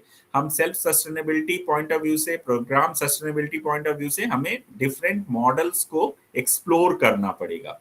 तो वहां पर ऐसे ट्रेनिंग कम प्रोडक्शन सेंटर्स बन रहे हैं जहां पर सिर्फ ट्रेनिंग, स्किल डेवलपमेंट ट्रेनिंग नहीं हो रही है, बल्कि वहां पर उनको इनकम भी हो रही है। जो लोग आ रहे हैं उनको इनकम हो रही है, और वो जो प्रोडक्ट्स निकल के आ रहा है, वो प्रोडक्ट्स हम किसी कंपनी के लिए बना रहे हैं, तो उस कंपनी में भी जा रहा है। तो इस तरह के मॉडल हैं जो आप रिप्लिकेट कर सकते हैं। ऐसा ही स्किल डेवलपमेंट के अंदर जो लोग लाइवलीहुड पे काम कर रहे हैं, वहां पे जरूरत है जो कॉर्पोरेट से आप सीएसआर फंड मांगने मत जाइए। इसमें आप एक चीज और कर सकते हैं कि लाइक आप उनको कहिए कि आपके आने वाले 5 से 10 साल में आपको किस तरह के वैरायटी ऑफ स्किल्स चाहिए, ये आप हमें मेजर करके बताइए। तो अगर आपके पास, क्योंकि हर एक कंपनी को, कॉर्पोरेट को स्किल्ड और अनस्किल्ड लोग चाहिए, तो वो जो स्किल्ड और सेमी स्किल्ड लोग हैं उनको तैयार करने का काम क्या हम कॉर्पोरेट सोशल रिस्पॉन्सिबिलिटी या village development point of view से कर सकते हैं? तो इसमें विन विन सिचुएशंस है, आपके लिए भी कॉर्पोरेट के लिए भी, कि लाइक आपने कॉर्पोरेट का एक स्किल मैपिंग किया, और स्किल मैपिंग के थ्रू आपने कॉर्पोरेट को की रिक्वायरमेंट मैप कर ली कि आने वाले 5 साल में उनको कितने नंबर ऑफ सेमी स्किल्ड और स्किल्ड लोग चाहिए। और देन आपने स्किल डेवलपमेंट के लिए सीएसआर फंड मांगा, और आप उन्हीं के जो रिक्वायरमेंट है उनको, उनका कोर्सेज अगर आप वहां के नियर बाई प्लांट्स के अगर लोगों को अगर आप स्किल्ड करते हो, तो वो 100% प्लेसमेंट उनका उनकी कंपनी में होगा। तो कॉर्पोरेट के लिए भी ये अच्छा है कि उनका जो पैसा है वो उन्हीं के, उनके लिए भी काम आ रहा है, और जो सोसाइटी है, जो कम्युनिटी है, जो अनएम्प्लॉयड यूथ है, उनके लिए भी काम आ रहा है। तो इस तरह के हमें मॉडल्स क्रिएट करने पड़ेंगे। तो अगर हम ये मतलब थोड़ा मैं इन सब जो पॉइंट्स हैं इनको इसलिए अलग से रेज कर रहा हूँ कि now this is the time when you can think creatively, you can think differently. Otherwise ये ट्रेडिशनल पैटर्न्स में काम करने का टाइम चला गया है। और अब अगर आपको सोसाइटी के साथ एक रिलेशनशिप बिल्ड करनी है, तो आपको डिफरेंट फोटे में इंटर करना पड़ेगा।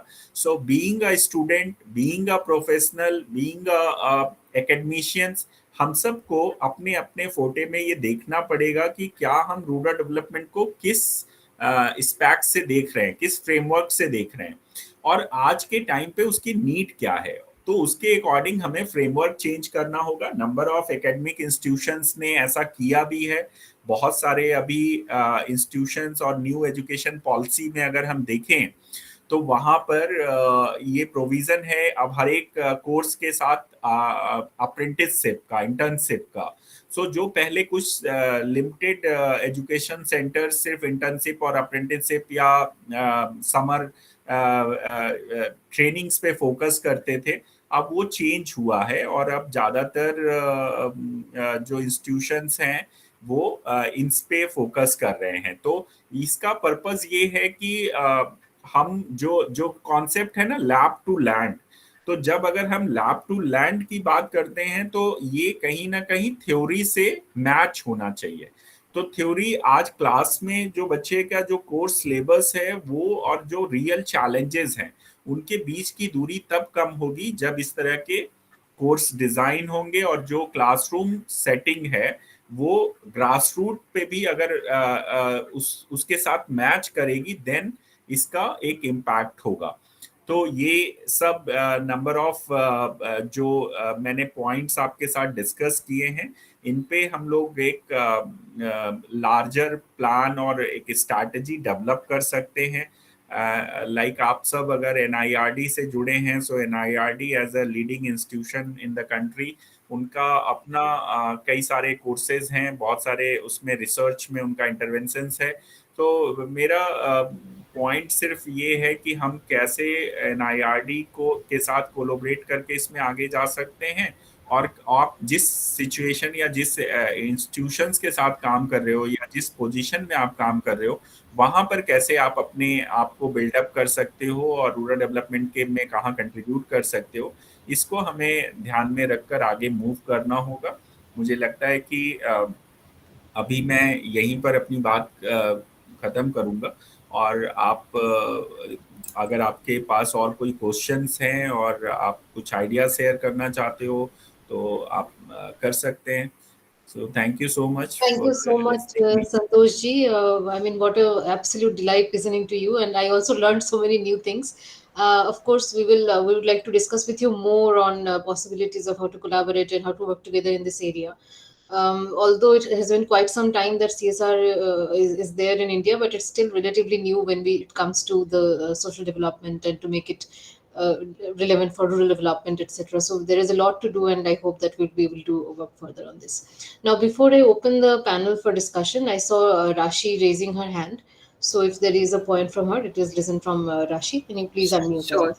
So thank you, Santoshji. I think it was a delight hearing you and all the views that you suggested, especially related to how can we design more impactful programs. And yes, when you mentioned ki our focus is on when we are, because 10 years of writing proposals, that's exactly what tends to happen, that we are focusing on budgets and activities, but it is a almost chicken and an egg situation right now, because that's what companies are demanding on one hand, and where we are looking at impact and long term impact. I think that is something that we need to think about as this group, and how do we merge the thinking from the business side and the professionals who are responsible for getting CSR projects executed on the ground. I think there was a suggestion that came earlier as well, that can we do some sort of a networking session for them with NIRD.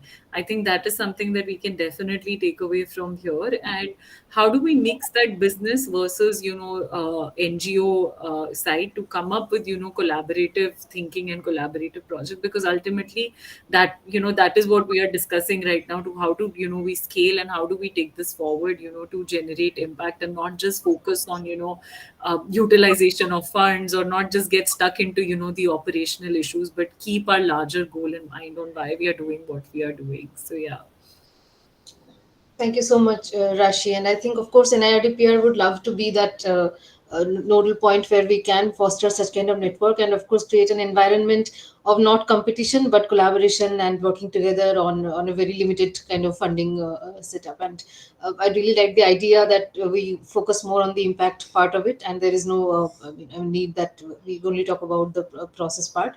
Of course, how to convince the corporates and how to bring them into this idea that to make their projects relevant for the community rather than relevant for their company or their brand, that is something that we have to still think about. And I hope that from these discussions some kind of way forward will come up to it. Now, again, before I open the now I have given the microphone control to all our participants, so you need not use the chat box only. You can unmute yourself and start asking questions, but I will really encourage you to raise your hand first so that we have some kind of control. So you can raise your hand and unmute and ask your question.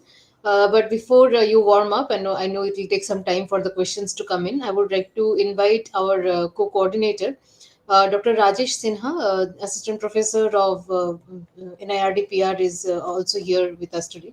And he has also worked in the private sector before. He has worked with UNDP before. He has a lot of experience with this, the Gram Panchayat level work, local governance, and we would also like to hear from him what his inputs are. So, Dr. Rajesh, if you can unmute and make a few comments before we start the discussion. Thank you, Dr. Ruchira, and good afternoon to all the participants and my friend Santoshji, who is here. And I was delighted to hear from Santoshji about the way how we can collaborate and how there can be a win-win situation, because we can advocate, community interests and other things, but unless corporates are also convinced of the same being serving their own interest, it will not be a win-win situation. So I would like to share a few of my thoughts. What I have seen that as Santoshji said that roughly little over 25,000 crore CSR spending is happening, and a substantial amount of that is happening in states where uh, corporate our headquarter of these corporates are located, like Gujarat, Maharashtra, Tamil Nadu, Telangana, Andhra Pradesh. These are the Karnataka. These are the states where most of at least one third of these CSR fund is being spent. Whereas requirement, if you see the aspirational districts, or if you go further down, perhaps Niti Aayog is working on aspirational blocks thing. So those are located somewhere else. So how can uh, we convince corporate sector, because maybe their factory may be located in Jharkhand, Chhattisgarh, but because their headquarter is located in Maharashtra or Gujarat, uh, uh, earlier also, like corporate tax, like Maharashtra, like Mumbai used to claim that we are providing the largest amount of tax and other things, but actually the operations of these corporates are spread all across India. So we have to somehow bring this uh, fact and convince them to increase fundings where it is required most. Second aspect which I want to share, that although this is a good amount, after mandatory spending, the CSR spending has increased a lot, but still like 25,000 crore or 26,000 crore is a small amount.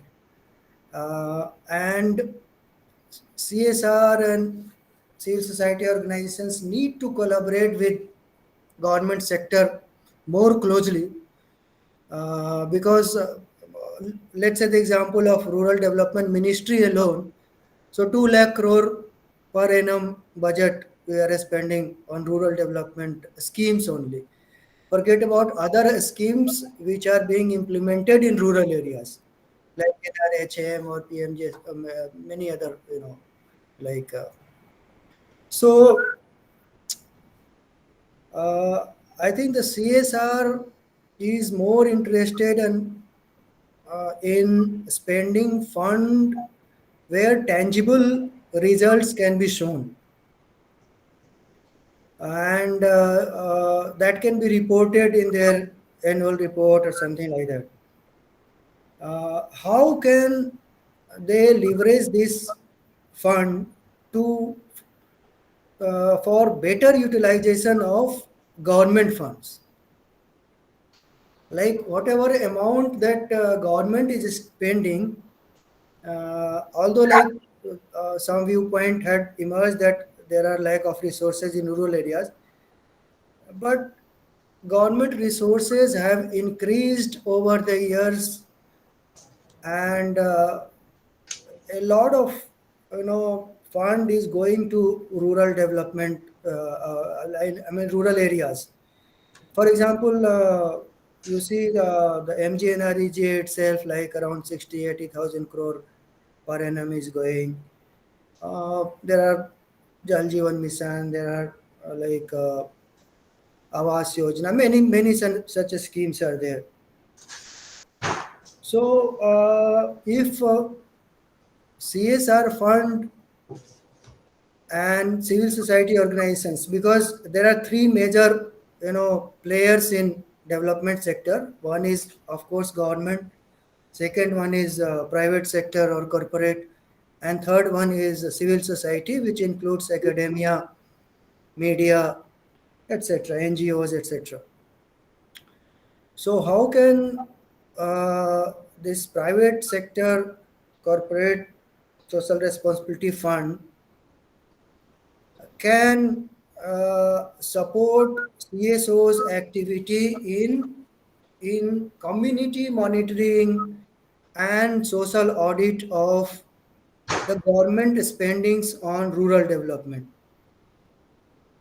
So that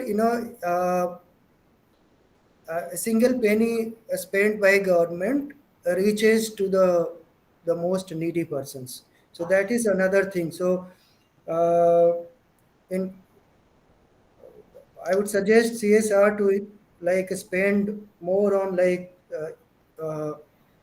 encouraging and promoting people's participation, transparency and social accountability. So that is one aspect that I wanted to highlight here. And in that context only, like NIRD-PR had launched that 250 model GP cluster project. So in that kind of large projects, if CSR can collaborate with NIRD, a large impact can be created all across India. There are certain like I had worked earlier with the NGOs, and when I was working around 2005 or 10 at that time, uh, there was a lot of multilateral and bilateral funding agencies operating in India. And during 90s, when there was a lot of talk about rising middle class in India, increasingly the parliaments of those bilateral agencies uh, started saying that why doesn't the middle class of India take care of their own problem. Why should we fund India, continue funding India or projects in India? Why not we fund, spend our funds in Africa or LDC countries, least developed countries, in Nepal, in Bangladesh, etc. And hence, some of these bilateral funding agency like SDC and all, actually either they close their offices in India or they reduce their operation a lot.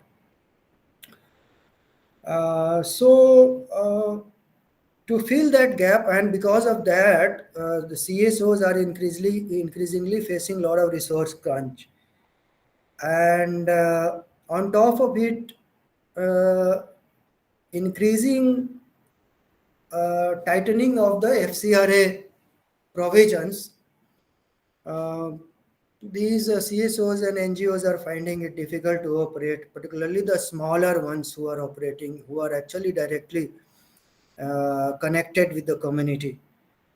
So I would suggest these corporate social responsibility funds to come together, form some kind of consortium and on themes, and then they can uh, fund a large number of CSOs and NGOs and allow them to plan their project bottom up. So rather than giving a direction on these kind of projects we can fund or these kind of projects we cannot fund, rather than they should dedicate a huge big amount of fund through consortium on certain themes, and then allow these grassroots organizations to plan their project bottom up, and continue funding them for a little longer time, like 5 years, 6 years, 10 years, and then evaluate its impact. So that I would suggest, like kind of network or consortium of CSR foundations, maybe on various themes, including rural development, that need to be encouraged. So these are some of my thoughts that I wanted to share, Dr. Ruchira, and with the participants. And Thank you as so much, the Dr. conversation Rajesh. goes along, we will react. Yeah. Correct. Thank you so much. And I mean, you have given a very elaborate pointers, and thank you for that.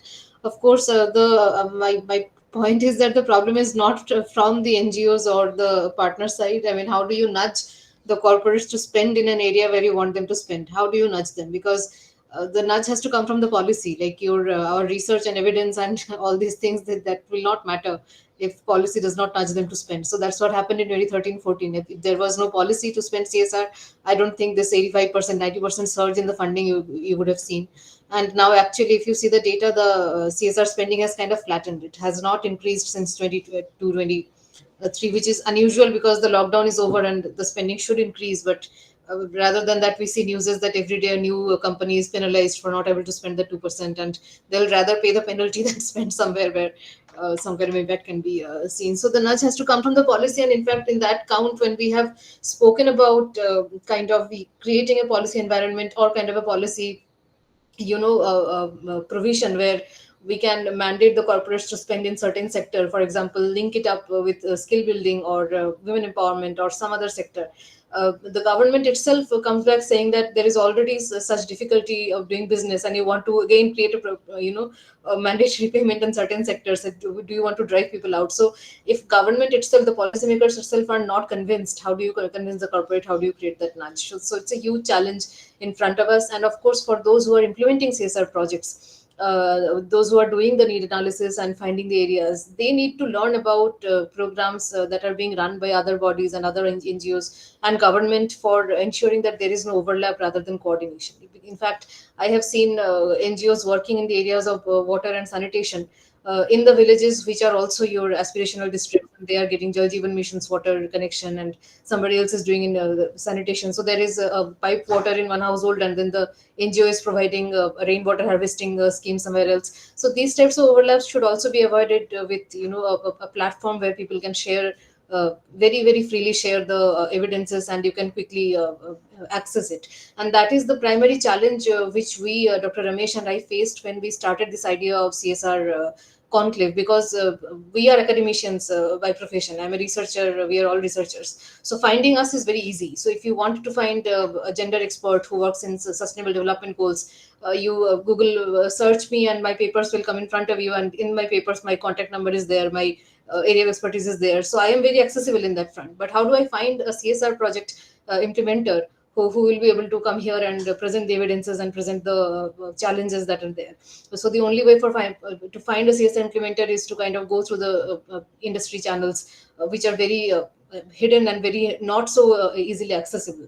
So that was one of the idea, that by creating a channel where everyone can come in and register, so that that network can be built, from where we can start collecting the evidences and putting them in one place to be found easily and to discuss the challenges at least. So thank you, Dr. Rajesh, for this, and let us take some questions from our participants. They have been patiently waiting for a long time. I have not given them the unmute controls.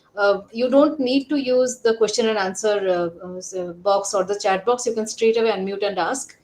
I think there is some question in the chat box, but I'll not read it out. So many. Yes, Global Philanthropic Foundation. If you have not joined with your name, it's difficult for me to call you out.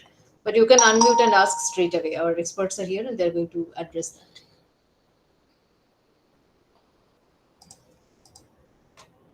So, Global Philanthropic Foundation, whosoever has joined with that name,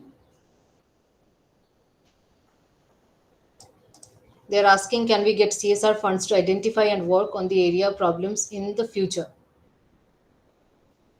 Any or one of the panelists can take up that question.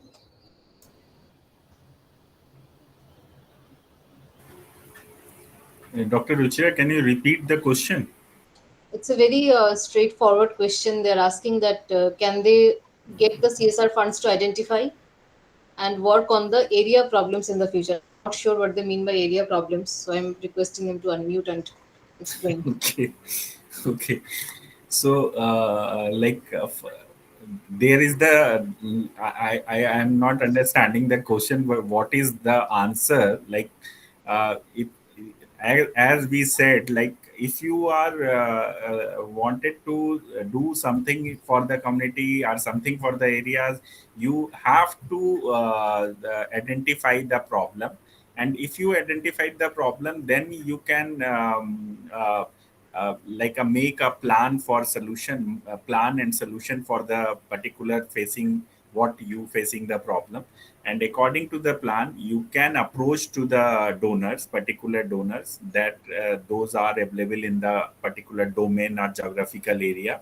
And then after that, you can get the fund if your plan is good, if your intention is good, and if you also have a knowledge and your existence in the particular area, of course you can get the fund for the solution. Before that, Anant is asking, and it's more than, I mean, it's a comment rather than a question. I think before I read that out, I think one of the hand is raised. Jaspal Singh, can you please unmute and ask? Yeah, I just wanted to point out two things. One thing is there are the corporates have designed their own like segment of giving services, but I think there is one more major concern that we have to see. You have the data of around 1,200 CSR corporate corporate companies who are ready to extend the services, but we are missing that major chunk of industries that are working around. There is a need to come up with a policy where even the small industrialists can be rolled out in the CSR section, which we are missing. That is the major chunk major money which is available for the development of the local areas or even the village or rural development areas which we are thinking of. Second major concern what I see is, companies have their own specialization. If I am into power industry, I could have provided a good power to the rural region. If I am into pharmaceutical industry, I could have given a good medical services to the industry, to the rural development. The same segment, if it is utilized by the CSR part also, I think they can deliver in a very good and a very quality manner. The concern is like, what is happening? They are giving service in a different region and they want to do something different. So how can you align the things? Their specialization is different and they want to do something different. I don't know, like, why are we not able to align all those things in a proper manner? If we are able to if we are working on those policies, we are working on to, like, coming up with a new design or a new model, we need to think on those parts also. Yeah, then one concern was like, there is a very much, even if we speak about capacity building, we speak about everything. There is two things we need to understand majorly. First is electricity supply. Today, there is, even today we are in the condition where there is no 24/7 power available. What do we think? Like, I have a system and I even can't access anything. We don't have internet services. Where is the rural development going to happen? When the world is going somewhere else and we are still trying to stay where we are, how are we concerned, like, what sort of CSR we are what is the fund that is going to come, what is the capacity we are going to develop? They can't even connect with the global. So there is a need that we have to hit in that manner, that your capability is, if into internet industry, then you have to provide CSR as an internet service to that rural region. I think that will bring in more changes. Yeah, thank you. What will be your say? You can just let me know about that part also. Thank you. Yeah, Rashi. So I think, I mean, not an answer, but in the current, scheme of things, that is actually counted as a conflict of interest. So, which is why the focus areas of, businesses versus what they tend to do in a giving manner, whether, in terms of philanthropy or corporate social responsibility, whatever we call it, that has to be, different. So that is to maintain that, conflict of interest. And that is why the overlap is not there. I mean, I think I understand your point. I am not a policy maker, but I can also understand why this is the way it is. Yeah. Santoshji, maybe if you have, something to add to that.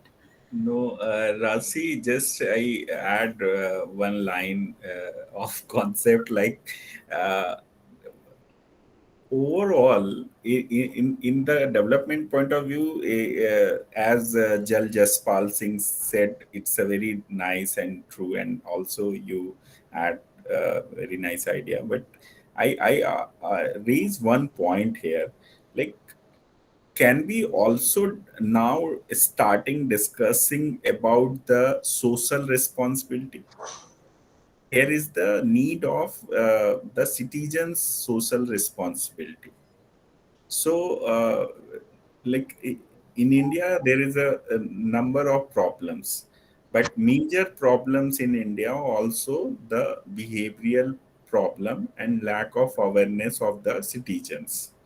So I think as we are addressing and working on the corporate social responsibility and other development aspects, so here is also necessary to discuss the citizen social responsibility. And number of volunteers and the organization, not only the organization, like number of volunteers individual capacity, they are working very nicely and they are working very number of works for the community and for their area development. So here is the need to also orient and aware to the community for their responsibility, and they can create a number of things by themselves also.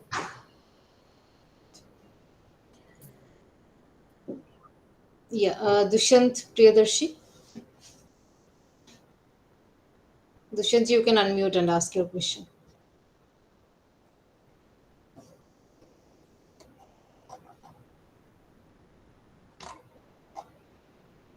Dushyant, am I audible to you? You can unmute and ask.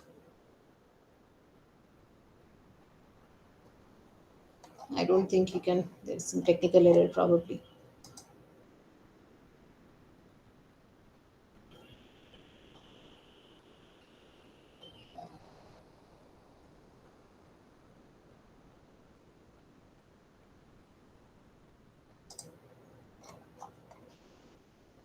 I don't see him unmuting himself, so probably some technical error. But other participants also, if there are any question, you can straight away unmute. There is no need to raise hand at this point.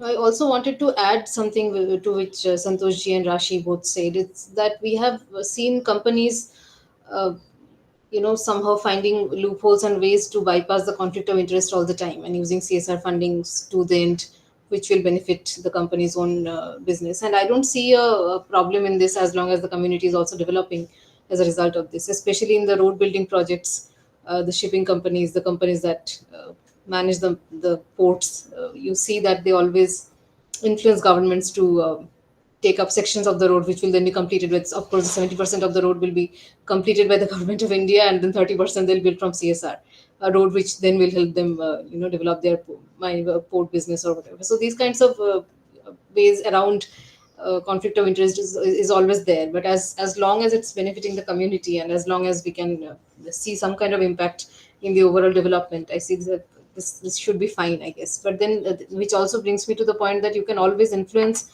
governments, influence your local governments to kind of influence CSR policy at their end. So you cannot probably straight away go to a company and say that, hey, I want to work on this area, so can you give me some funding? That's not how the companies will come to you.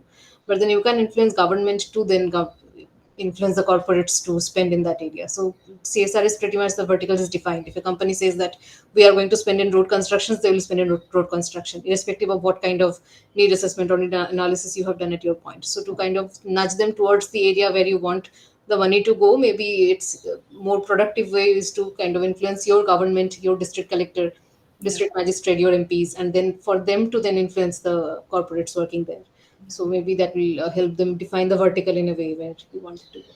Yeah, and a lot of times we've also seen, Ruchira, that a lot of the thrust areas of the companies are actually aligned to their business. So not in terms of the actual implementation, but let's say, Which is yeah, why such sectoral concentration in yes, heavy infrastructure. yeah, and like you said, if it's benefiting, the communities around their plants, around their factories, it is a win-win, for Yeah, yeah. I both. mean, Yeah, even with the conflict of interest, I don't see a problem yeah, as long as there is some impact at the correct. ground. Yeah. Yeah, Dushanji, I keep seeing you raising your hand. You better unmute or use the chat box. Or Hello, hello. yeah, Am I audible, ma'am? yes, yes. First of all, good afternoon to you, Ruchira ma'am, and all the other participants. I'm Dushyant Priyadarshi. I'm the alumni of NIRD-PR. I was there from PGDRDM batch 15, and currently I'm working as a project associate in NMDC CSR Foundation. So, ma'am, I have two questions to ask, ma'am. The first thing is, ma'am, as per the Companies Act 2013 and CSR policy and DPE guidelines, ma'am, can the CSR projects be partnership with the government, with the state government, as per the NCA rules Can you and repeat? guidelines, ma'am? Ma'am, as per the Companies Act 2013 and the CSR policies and DPE guidelines, can the CSR projects be executed or implemented in partnership with the state government? Okay. Executed by whom?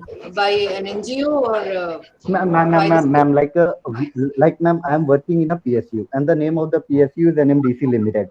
So, ma'am, can we, whatever is the chunk of our CSR, that is means profit before tax, and what is our CSR expenditure, the chunk of CSR expenditure in the various focus areas, can we implement those projects in collaboration or the state government authorities? Uh, Rashi, maybe you can take that, or Santoshi, because I don't know whether there are any statutory. So, not to my knowledge, I don't think, because these are standalone projects. If it is benefiting a larger, mission of the government or a policy, yes, but it cannot be combined with, an existing project. Santoshji, I think if you have anything to. Yes, Rashi rightly said. As a voluntary organization or any other institution, we can collaborate with the state government and central government and use the CSR funds. So we can use that. Yes, And Yeah, yes. sir, There that's is yeah. no we can any use. legal problem. Yeah, and I So sir, think it can but supplement but also to the but government but schemes. but Like agency already some scheme but is going on. non-profit So agency would be receive the fund, and state government just provide the technical support. So whenever you make the proposal Yeah. for the CSR fund, you will divide the role and responsibility of the stakeholder, so that you can easily justify with the donors what you are planning to do and what government will do. Right. The executing has to be done from the The non-profit. implementation, yeah, the Yes. implementing agency. we Yeah. see Not quite a lot of this kind of arrangement in the Coal India projects, Ruchira. I think Yeah. we have seen the district collector being the nodal point, and then it actually helped the government to build water supply schemes and others. That's Right. how a lot of collaborations have happened in Coal India, where we are doing Yeah. the But the assessment. implementing agency has always been a non-profit. it It's has to be a always non-profit. has to be Yeah. Yeah. It's through the government. yeah. And then my second question is, ma'am, the MCA every year decides the theme. Like the theme for the current year is health and nutrition, on which you have to spend mandatory 60% of the CSR expenditure, whatever you are doing.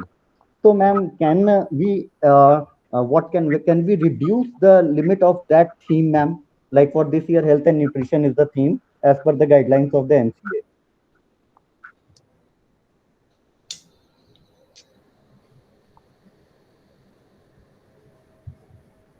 Santoshji, if you are going to take. No, I'm not getting your point. Dushyant, can you also again explain your question? Yes, sir.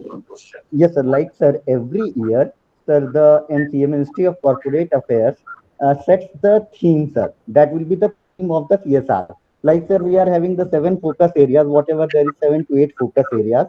But from the MCA, we are receiving that for the current fiscal or for the current financial year, we have to mandatorily spend 60% money of our CSR on the health and nutrition project, and rest 40% will go to the other focus areas like education, environment, drinking water, infrastructure. So can we reduce that, or it is mandatory, sir? That is 60% is No, no, mandated, then we have to spend those it's a portion. not mandatory, Dushyant. If you see the guideline, government can only suggest or issue the advisory. Like during the COVID, government issues the circular and advice to the corporate, request to the corporate, they can expend their CSR fund for the COVID vaccination, support to the COVID vaccination or other COVID relief activities. But that totally depend on the corporate. So it's not In any fact, mandatory option. this is what we had presented to the ministry at some point of time, and they had replied that this will only reduce the ease of business in India, and you cannot mandate this kind of a percentage. So we had only suggested that can we ask them to spend 10% on skilling or 10% on women entrepreneurship. Even that it was not received very well at that end. So it's not mandatory at all. I mean, it's only suggestive. But of course, you just know that where the priorities of the government are, if they are setting a vertical and suggesting that. That's all that is. That it just shows you a priority where they would like you to work. That's all, right? And इसमें एक और बात कहना चाहेंगे doctor Ruchira, आप जो कह रहे हो वो एक प्रोविजंस तो है ही है, बट ज्यादातर कॉर्पोरेट को देखा गया है कि दुष्यंत आप अपना माइक प्लीज म्यूट करेंगे. हाँ, thank you. Sir, yes, so sir. Generally जब भी गवर्नमेंट कोई पर्टिकुलर कॉस्ट बेस्ड अगर एडवाइजरी इशू करती है तो उस पे ज्यादातर कॉर्पोरेट्स का एक अट्रैक्शन होता है और उनके टूवर्ड्स द एडवाइजरी उनका कमिटमेंट और इन्वॉल्वमेंट पार्टिसिपेशन होता है. बट ये इम्प्लीमेंटिंग एजेंसीज को डिसाइड करना है कि उनको वो अगर कॉर्पोरेट के साथ काम कर रहे हैं तो वो उनको सजेस्ट करें कि उनके एरिया में कितना नीड है। और एक और बात है कि मतलब कॉर्पोरेट पॉइंट ऑफ व्यू से मैं NIRD के प्लेटफॉर्म पे ये बात इसलिए कह रहा हूँ कि डॉक्टर रुचिरा, आप CSR कॉन्क्लेव या अदर प्रोग्राम्स के थ्रू आप कॉर्पोरेट को भी थोड़ा आपको जरूरत है ट्रेंड करने की। मतलब हम लोग अभी नेटवर्क ऑर्गेनाइजेशन, हम PhD chamber of commerce, FICCI, CII के साथ मिलकर प्रोग्राम्स कर रहे हैं for corporate awareness and the proper utilization of CSR fund. So वहां पर ये पिच करने की जरूरत है कि आपको कितना इन्फ्लुएंस होना है। लाइक बहुत सारे कॉर्पोरेट अपने कंफर्ट के लिए, मैं अगर एग्जांपल दूं तो PM केयर फंड में वो पैसा डाल देते हैं, या फिर और भी जगह जहां पर इजीली, मतलब उनको लगता है कि यार ये एक एक्ट है, मतलब और एक रिस्पॉन्सिबिलिटी है, टैक्स की तरह उसको ट्रीट करते हैं। सो ये जो माइंडसेट है, यहाँ पर प्रॉब्लम है, ये हमें चेंज करने की जरूरत है। अभी रिसेंटली आप देखो, टाइम्स ऑफ इंडिया का जो सर्वे है लास्ट ईयर का, CSR अभी 50% भी हम CSR फंड यूटिलाइज नहीं कर पा रहे हैं। और उसमें भी अगर आप CSR फंड का अगर बाइफर्केशन देखोगे, एनुअल बाइफर्केशन, तो आपको हेल्थ और एजुकेशन में सबसे ज्यादा आपको दिखेगा। तो अभी भी बहुत सारे ऐसे थेमेटिक एरिया हैं जो अनटच्ड हैं, और उसके पीछे रीजन सिर्फ एक सिंगल रीजन है कि कॉरपोरेट अभी भी CSR फंड को एज अ रिस्पॉन्सिबिलिटी नहीं ले रहे हैं, वो एज अ कंप्लायंसेस देख रहे हैं। तो जो कॉर्पोरेट सोशल रिस्पॉन्सिबिलिटी एक्ट जब सेक्शन 135 डिजाइन हो रहा था, लाइक 2008 से लेकर 13 तक का जो पूरे एक्ट को इस पार्लियामेंट तक आने में जो जर्नी थी, उसके पीछे जो कॉन्सेप्ट था, जो थॉट था, और ओवरऑल जो CSR का एक्ट का जो सोल है, वो ये नहीं है कि कॉर्पोरेट से 2% लेके खर्च करना है। वो ये है कि कॉर्पोरेट अपनी सोशल रिस्पॉन्सिबिलिटी को में कंट्रीब्यूट करे, और contribution not only by the fund, they will associate with the community, they can feel the problem of the society, and after that they can plan to expend their CSR fund according to the problem. So इस तरह के approach के साथ ये CSR act आया था। तो अभी क्या इसको हम लोग जितना फोकस, मैंने देखा है डेवलपमेंट सेक्टर में ज्यादातर फोकस हम डेवलपमेंट पार्टनर्स ओरिएंटेशन में कर रहे हैं, जबकि उससे ज्यादा नीड है कॉर्पोरेट ओरिएंटेशन के लिए, क्योंकि आज भी 90% कॉर्पोरेट में कॉर्पोरेट सोशल रिस्पॉन्सिबिलिटी डिवीजन अलग से नहीं है। वहां पर आज भी HR, ट्रेनिंग और कम्युनिकेशन के लोग CSR का एडिशनल चार्ज लेके देख रहे हैं। और ये मेजर रीजन है कि उनको ये एक बर्डन लगता है, और उनके लिए selection of partner, selection of work, and connections with the problems, connection with the community, ये नहीं लगता है। Yes. हम लोग इसीलिए हम ISRN के प्लेटफॉर्म से हम CSR कॉर्पोरेट्स में जब हम लोग वर्कशॉप सेमिनार करते हैं, तो हम फोकस करते हैं कि कॉर्पोरेट को ये अंडरस्टैंडिंग एस्टैब्लिश कर पाएं कि ये जो CSR एक्ट है ये आपके बेनिफिट के लिए है, और ये 2% जो आप CSR फंड खर्च कर रहे हो, इससे आप आपका जो एनुअल मार्केटिंग बजट है, एडवर्टाइजिंग बजट है, उसको आप 50% रिड्यूस कर सकते हो। तो कॉस्ट सेविंग आपका ये 2%, आपके 50% कॉस्ट सेविंग है। तो कैसे होगा? क्योंकि अगर आप 2% प्रॉपरली अगर एक्सपेंड करोगे, तो आपकी सोशल ब्रांडिंग होती है, आपकी एक क्रेडिबिलिटी, मार्केट क्रेडिबिलिटी क्रिएट होती है। और आजकल आप देखो, जितने भी आप एडवर्टीजमेंट देखो, तो जो उसमें ट्रेंड है, जो एडवर्टीजमेंट्स का ट्रेंड है, नंबर ऑफ एडवर्टीजमेंट में ह्यूमन टच है, और कहीं ना कहीं सोशल इश्यूज को एड्रेस करते हैं। जो क्रिएटिव एडवर्टाइजिंग एजेंसीज हैं, उनका जो एड थीम है वो उस पे पूरा डिपेंड है लोगों के वेलफेयर पे। तो वहां हम पैसा खर्च कर रहे हैं, और यहाँ हम नहीं कर रहे हैं, जबकि हम यहाँ अगर करें तो वहां जो हम जाके एड एजेंसी को सोशल फेस वैल्यू ब्रांडिंग के लिए हम जो एड बनवा रहे हैं उसकी जरूरत नहीं पड़ेगी, क्योंकि यहाँ जो 2% है उससे आपका वो 10% कवर हो जाएगा।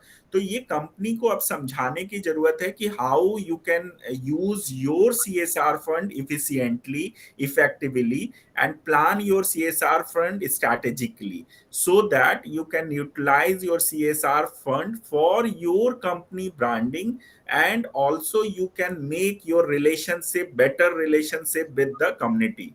So number of benefits you can bring from the societies, and you can also see in increment and the business growth in your industry. So this is the thought.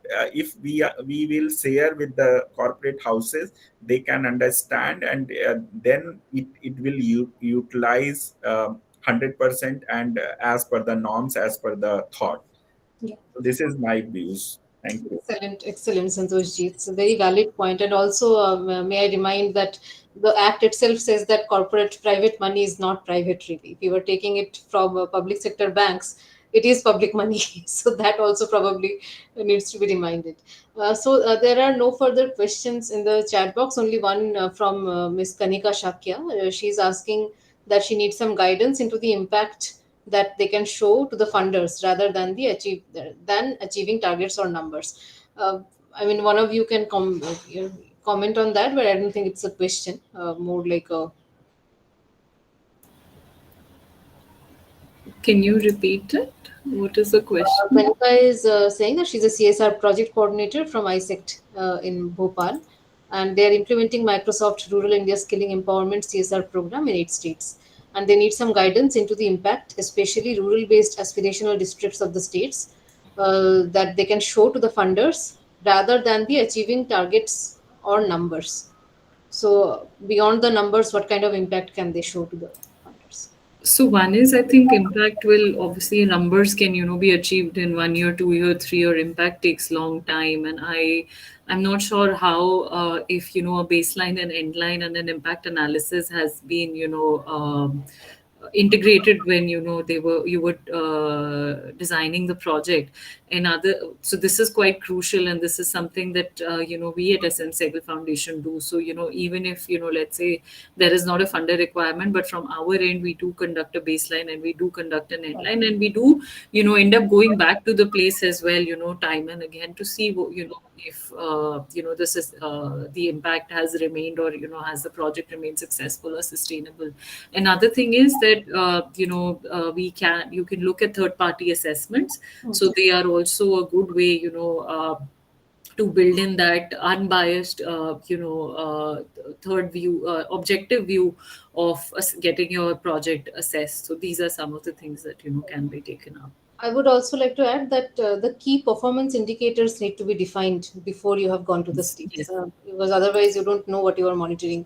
So even if you have certain areas in mind, I hope that while designing the proposal, you had the performance indicator properly defined and quantified and vetted by Microsoft, that they are also agreeing that these are Yeah. the indicators that you will measure. So numbers are important. I'll not say that just because they are numbers and outputs and not impacts, they are somehow lesser than the overall impact, because you need the numbers to be right for you to achieve. So that's how the model or the theory of change is kind of envisioned, right? So the numbers, if they're right, then the impact automatically, I mean, and eventually will be there. So I hope the performance indicators were set by you and vetted by Microsoft. And if that is done, then as Rashi is rightly saying, a baseline, a midline, end line, and then some kind of going in between.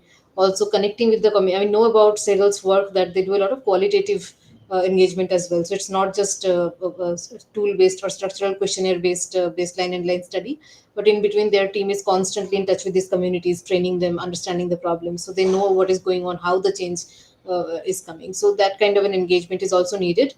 You are doing in 8 states. That's a very large number of states. So I don't know how much of qualitative component are there, but I do hope that you have the performance indicators well defined, and and your donor also agrees with those, so that you can have at least a baseline now and then a midline and then an end line to understand how the numbers have changed.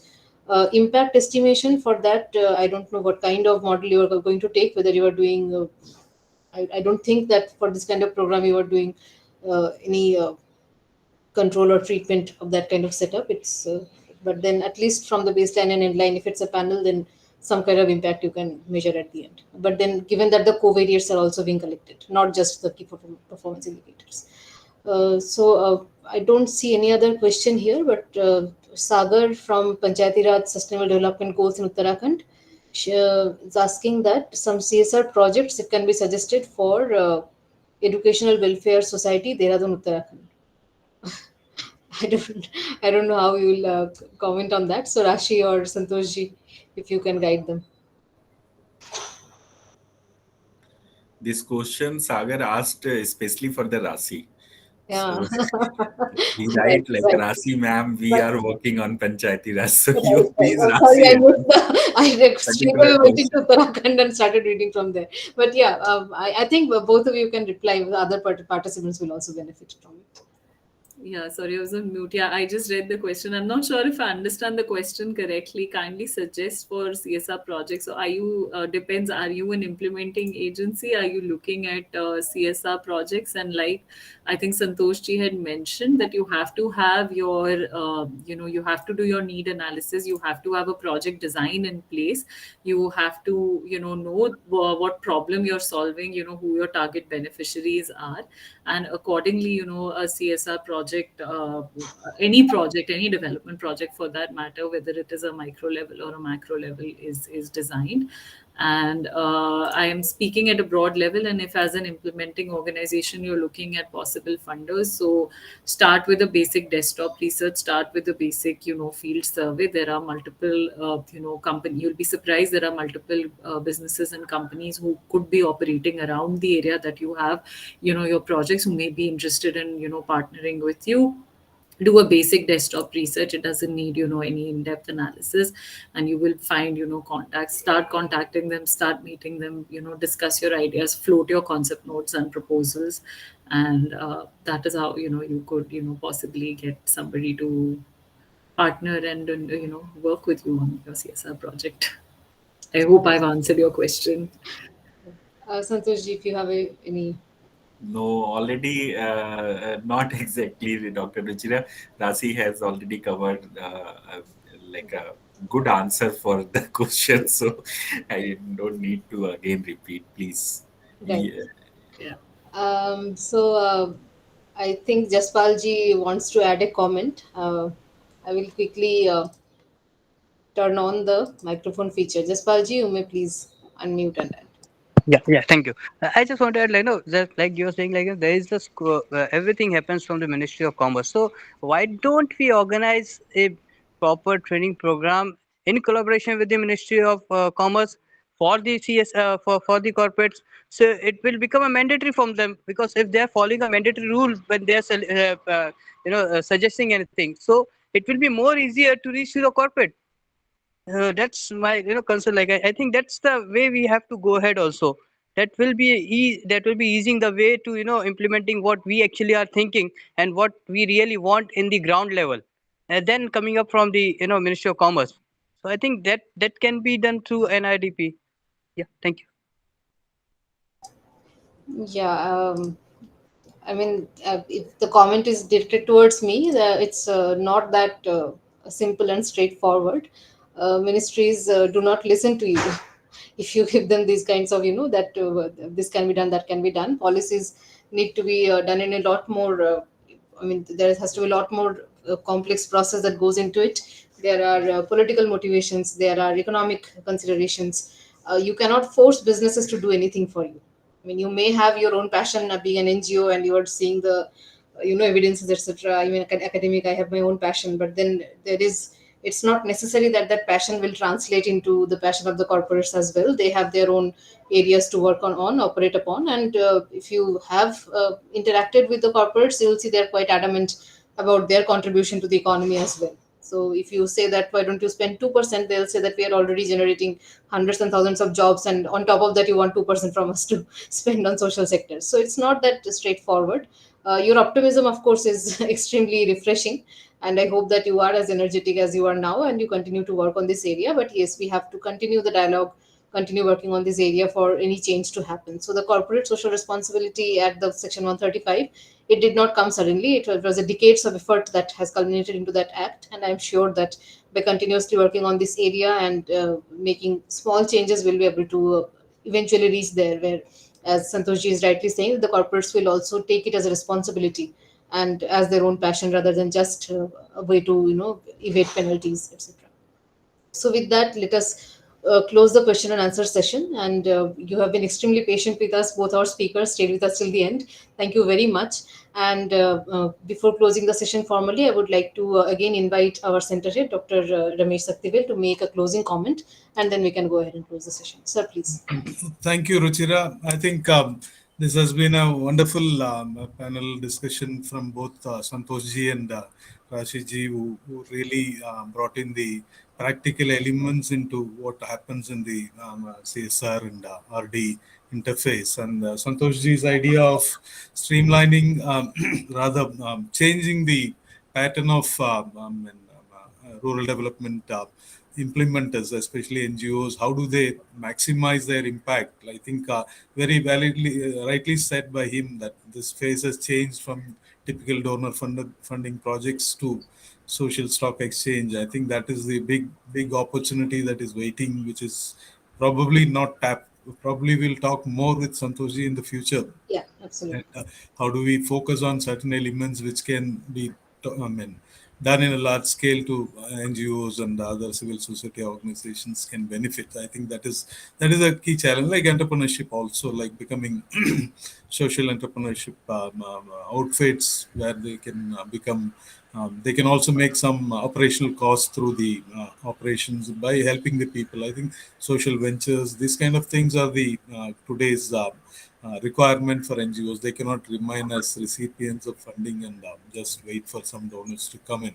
I think that point was very validly explained by him. And also, I like the idea of becoming more competent and more deliverables clearly. You are able to plan, and then so that you can attract automatically the CSR funding. I think both Rashi and Santoshji was putting in their presentation. I think that is also important. They cannot, I think as grassroots level agencies, we cannot keep claiming that we don't know anything. We are just in the villages.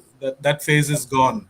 Just give us money, we will slowly learn, and that phase is gone. Like I remember 30 years of my engagement in the sector, how things were and how we used to um, fund in spite of difficulties. Sometimes we consider grassroots agencies which are not equipped, or sometimes we touch upon those agencies and nurture them. I think in water aid we used to do that quite often, like form them into a consortium and then try to supplement their weaknesses. And we were looking at only their presence and the good what is it, nature or good objective that they had, but these difficulties were not taken into account. But now I think CSR outfits will not be looking at from that point of view. For them it is also a risk, and they cannot be just touching upon somebody who is just not competent enough. I think that was clearly brought in by both Santoshi and CG in their presentation.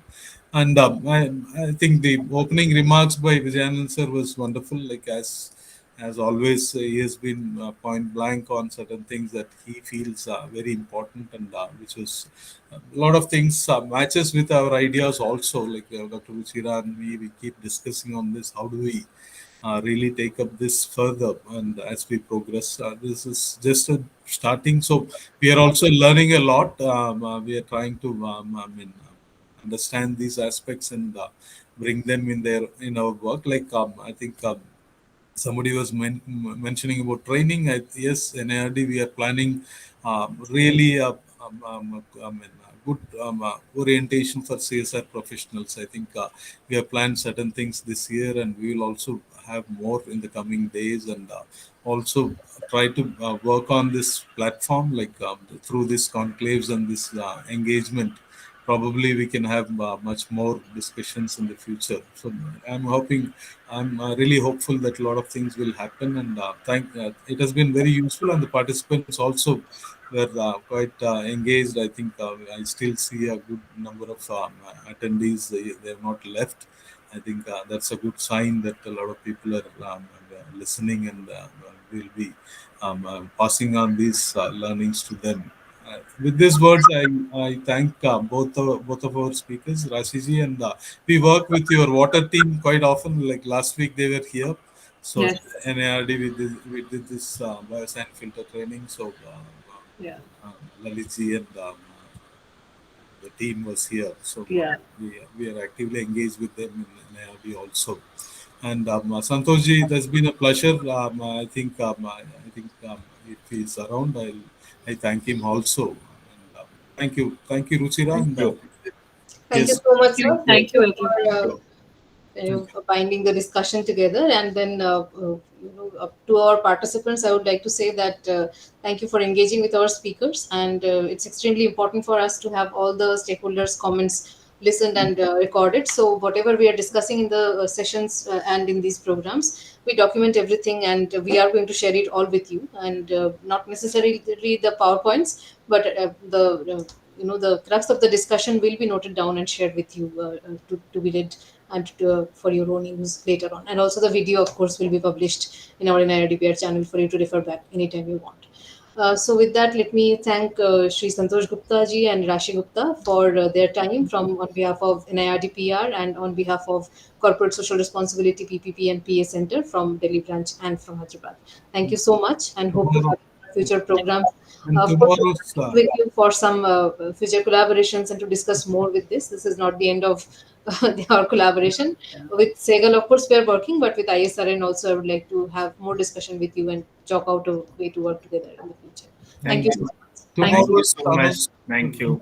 Thank Yeah. you. Ruchira, Yeah. tomorrow. So Yeah. tomorrow also, yeah. So for the participants, today is the first day of the conclave.